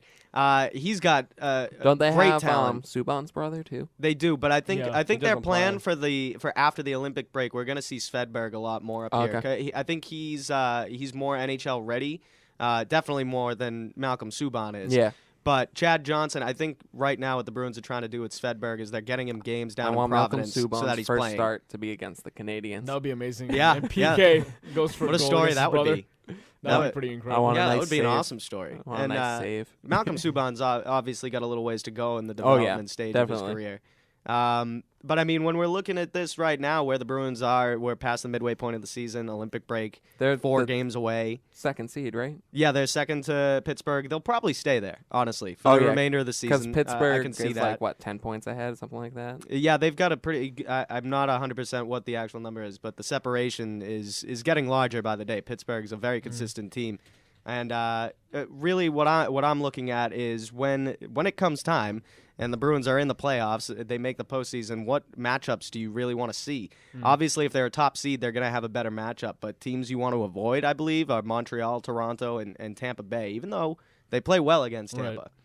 They want to avoid the speed teams, and they show. They're only 7 points behind Pittsburgh. Okay, well that's a pretty big gap for right now, and Pittsburgh hasn't been streaky. They've been winning games. Right, and when you're talking about streakiness, the Bruins are pretty much the epitome of that. They'll go on hot streaks, and then they'll go on cold streaks, and really they turn it up in the playoffs. And I don't know what that is with the Bruins, but we've seen that year after year now, where they just kind of sleepwalk through parts of the season, and then they all of a sudden just turn it on, including Tuukka. Well, And the Bruins actually have to compete because they're in a different division this year. Brand new teams in different divisions, and they have to bring their A game. I'm just every glad night. they're not in the Western Conference because that like the West is tough. Oh yeah, Which is good Anaheim has 85 points to lead that conference. Yeah, which Anaheim might be the best team in the entire NHL right now. But which is good moving forward because you're going to be going against these teams in the playoffs, and if you're playing them already, you already know their strengths and weaknesses. Right, and I would say honestly, obviously the West is a much better conference than the East, but that's not to say that the Bruins and Penguins aren't two teams that can compete with those teams out west. They're the only two teams in the East that can really compete with the teams out west right now.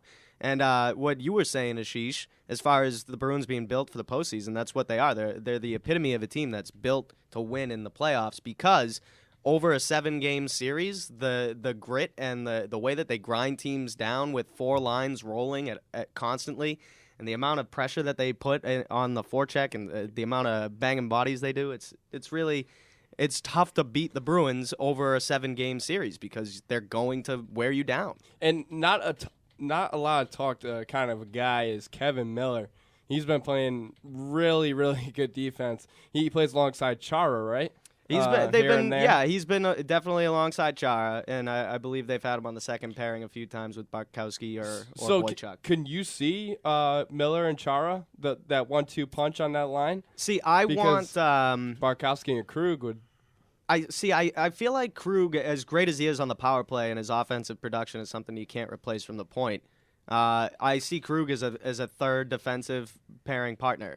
So the way that I look at it is the Bruins, without Seidenberg, they need to make a trade for a top defender. They need a number 2 defender. They need at least a top 4 to round out the top of their defense because as well as the young guys have been playing, you don't want to go into the playoffs with that lack of experience, especially on the blue line. And you just brought it up. With the loss of Seidenberg, I think that's where we're really starting to see the importance of Seidenberg in front of Tuukka, and we're seeing him sort of exposed. Obviously, you still have Chara, who's a big body, but Seidenberg's a guy that's hard to replace, and we're seeing that now with Tuukka struggling. Yeah, and the workload is going to go more on Zdeno Chara than before. Obviously, Dennis Seidenberg is one of the most underrated players, definitely one of the most underrated defensemen in the entire league. He's so strong on his feet, and he's amazing with his stick position. He cancels down offensive plays before they even happen.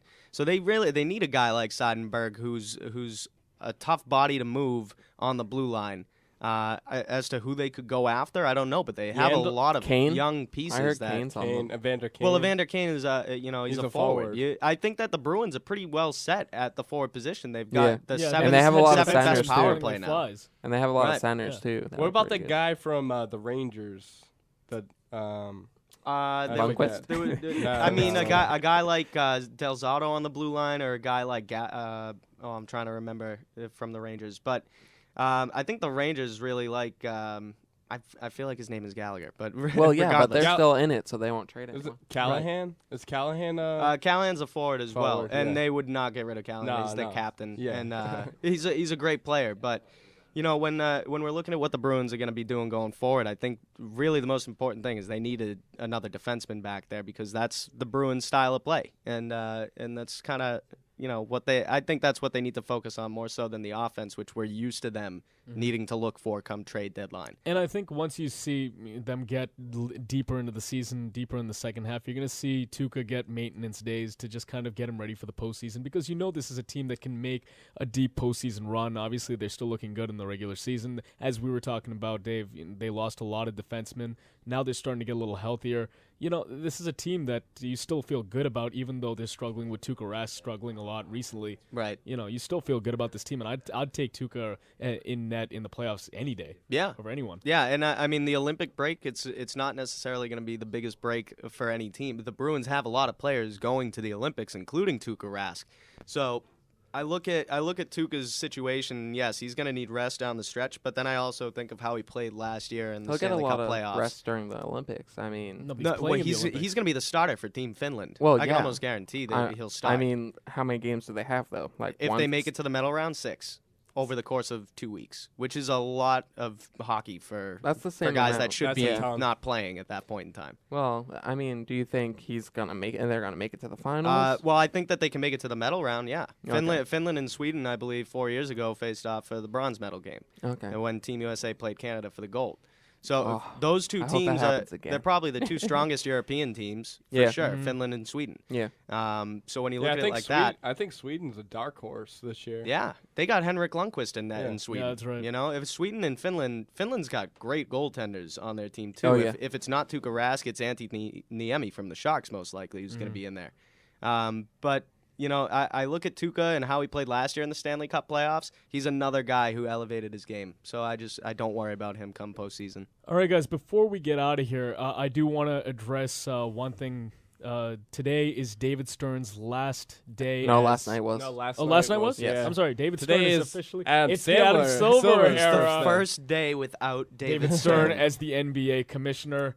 I hope Happy Silver February doesn't 1st, everybody. hug the draft picks like David Stern did. Well, I've been I also hearing that Adam hope Silver's worse than David Yeah, Stern. I've been hearing that a lot, actually. I also hope It's LeBron James doesn't persuade Adam Silver for fouls? for fouls Yeah. and cheap calls and replays. making it to the finals every year. Yeah, Because making it was it- all yeah. David Stern, We'll see what happens with Adam Silver. For the all longest the time, he was commissioners are like starting for to the longest retire. time. For the longest It's time, I crazy. just saw Adam Silver as the guy during like the NBA lottery that would just announce and the number 1 pick goes to the Wizard. Who's gonna do that now? Mark, are you up for that position?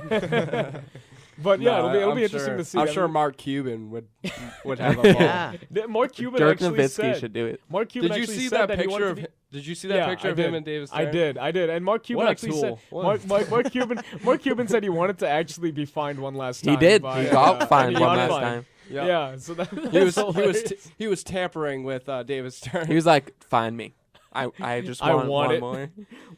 more in your last season. I just want it. I'm surprised he retired like mid-season. Like, Yeah, I that's was really expecting weird. him. I was expecting David Are Stern to you? call it. Are you quits though? after I the think season. No, last it's David night, Stern. It's something that David Stern would do is retire mid-season, definitely. I think last night was his first day. Like it's 30 years from when he started. Oh, okay. So he Oh, is that why? completed his legacy. Gotcha. Basically. David Stern would do that. Bud Why Selig's did he retiring start soon mid-season too. 30 years ago. This is crazy. Bud Selig's Yeah. gonna retire soon. Yes, but I'm glad. I And don't like Bud the Selig. NFL commissioner is Roger Goodell's been No. in the office for 7 years. What do you Yeah, mean? Oh really? Roger I Goodell's heard. staying. I heard he wasn't staying. Either Who way, told you that? I hope I some don't know. I changes heard come some- to the NBA. I mean, I'm not a huge fan of the league in general. I'm excited for the football changes. You hear about the extra point being removed? Yeah, I've yeah, heard about the crazy. talks about it. I mean, I feel like a debate for another day after the If you Super go Bowl, for 2 and you probably. miss it, you go lose a point. Yeah, I mean, that's the which is same crazy. thing. No, but that's the same thing. You're back down to 6. Yeah, That's the same thing. If You you're get like- 7 though automatically. You get 7 automatically, but even in today's But you lose a game, point. that if you lose a point, Yeah. if you decide to go for 2 and fill, you're back down to It 6 makes anyways. kickers worthless. So on why not? fantasy. So why not just have it Field be goals. 6 points and then you get a point if you get it? Yeah. It doesn't make sense. Yeah. I But know. going back It's to silly. It's crazy. Going back to David Stern, he actually sent out a letter to all of the the NBA media thanking everybody for the time, and actually, making the NBA known, through he's the done a media. lot of good He things has for the done a game, and lot. I know he's. I think it's more LeBron James than David Stern. Well, I mean, and that's my concern with the NBA and why I'm not a huge fan of it. Is it's very it's a star-based league, and the big markets get the big stars because who's watching basketball? Big markets, so they need the big stars in those markets. I just wish that we had the soundbite of Mayor Menino going, "Thank you, Donald Stearns." That was one of the greatest things ever. That was. Yeah, but honestly, Adam Silver does have to change a lot to the NBA. The NBA is becoming too highly populated city oriented. Like you got Boston, you got LA, you got Chicago, you got teams. Yeah, but it's big markets. Exactly, but at the same time, lower markets aren't really getting that all-star, superstar kind of players. Right. So the Rework the salary cap? competition's going down, decreasing by year. They need to just stop having these summits where everyone decides to go to one team. I mean, they never did that. Well, exactly, and that's something too, where players can kind of go into an owner's office and say, "Listen, I would like to get this player," and players have kind of more of a say about the team that winds up being around them in the NBA.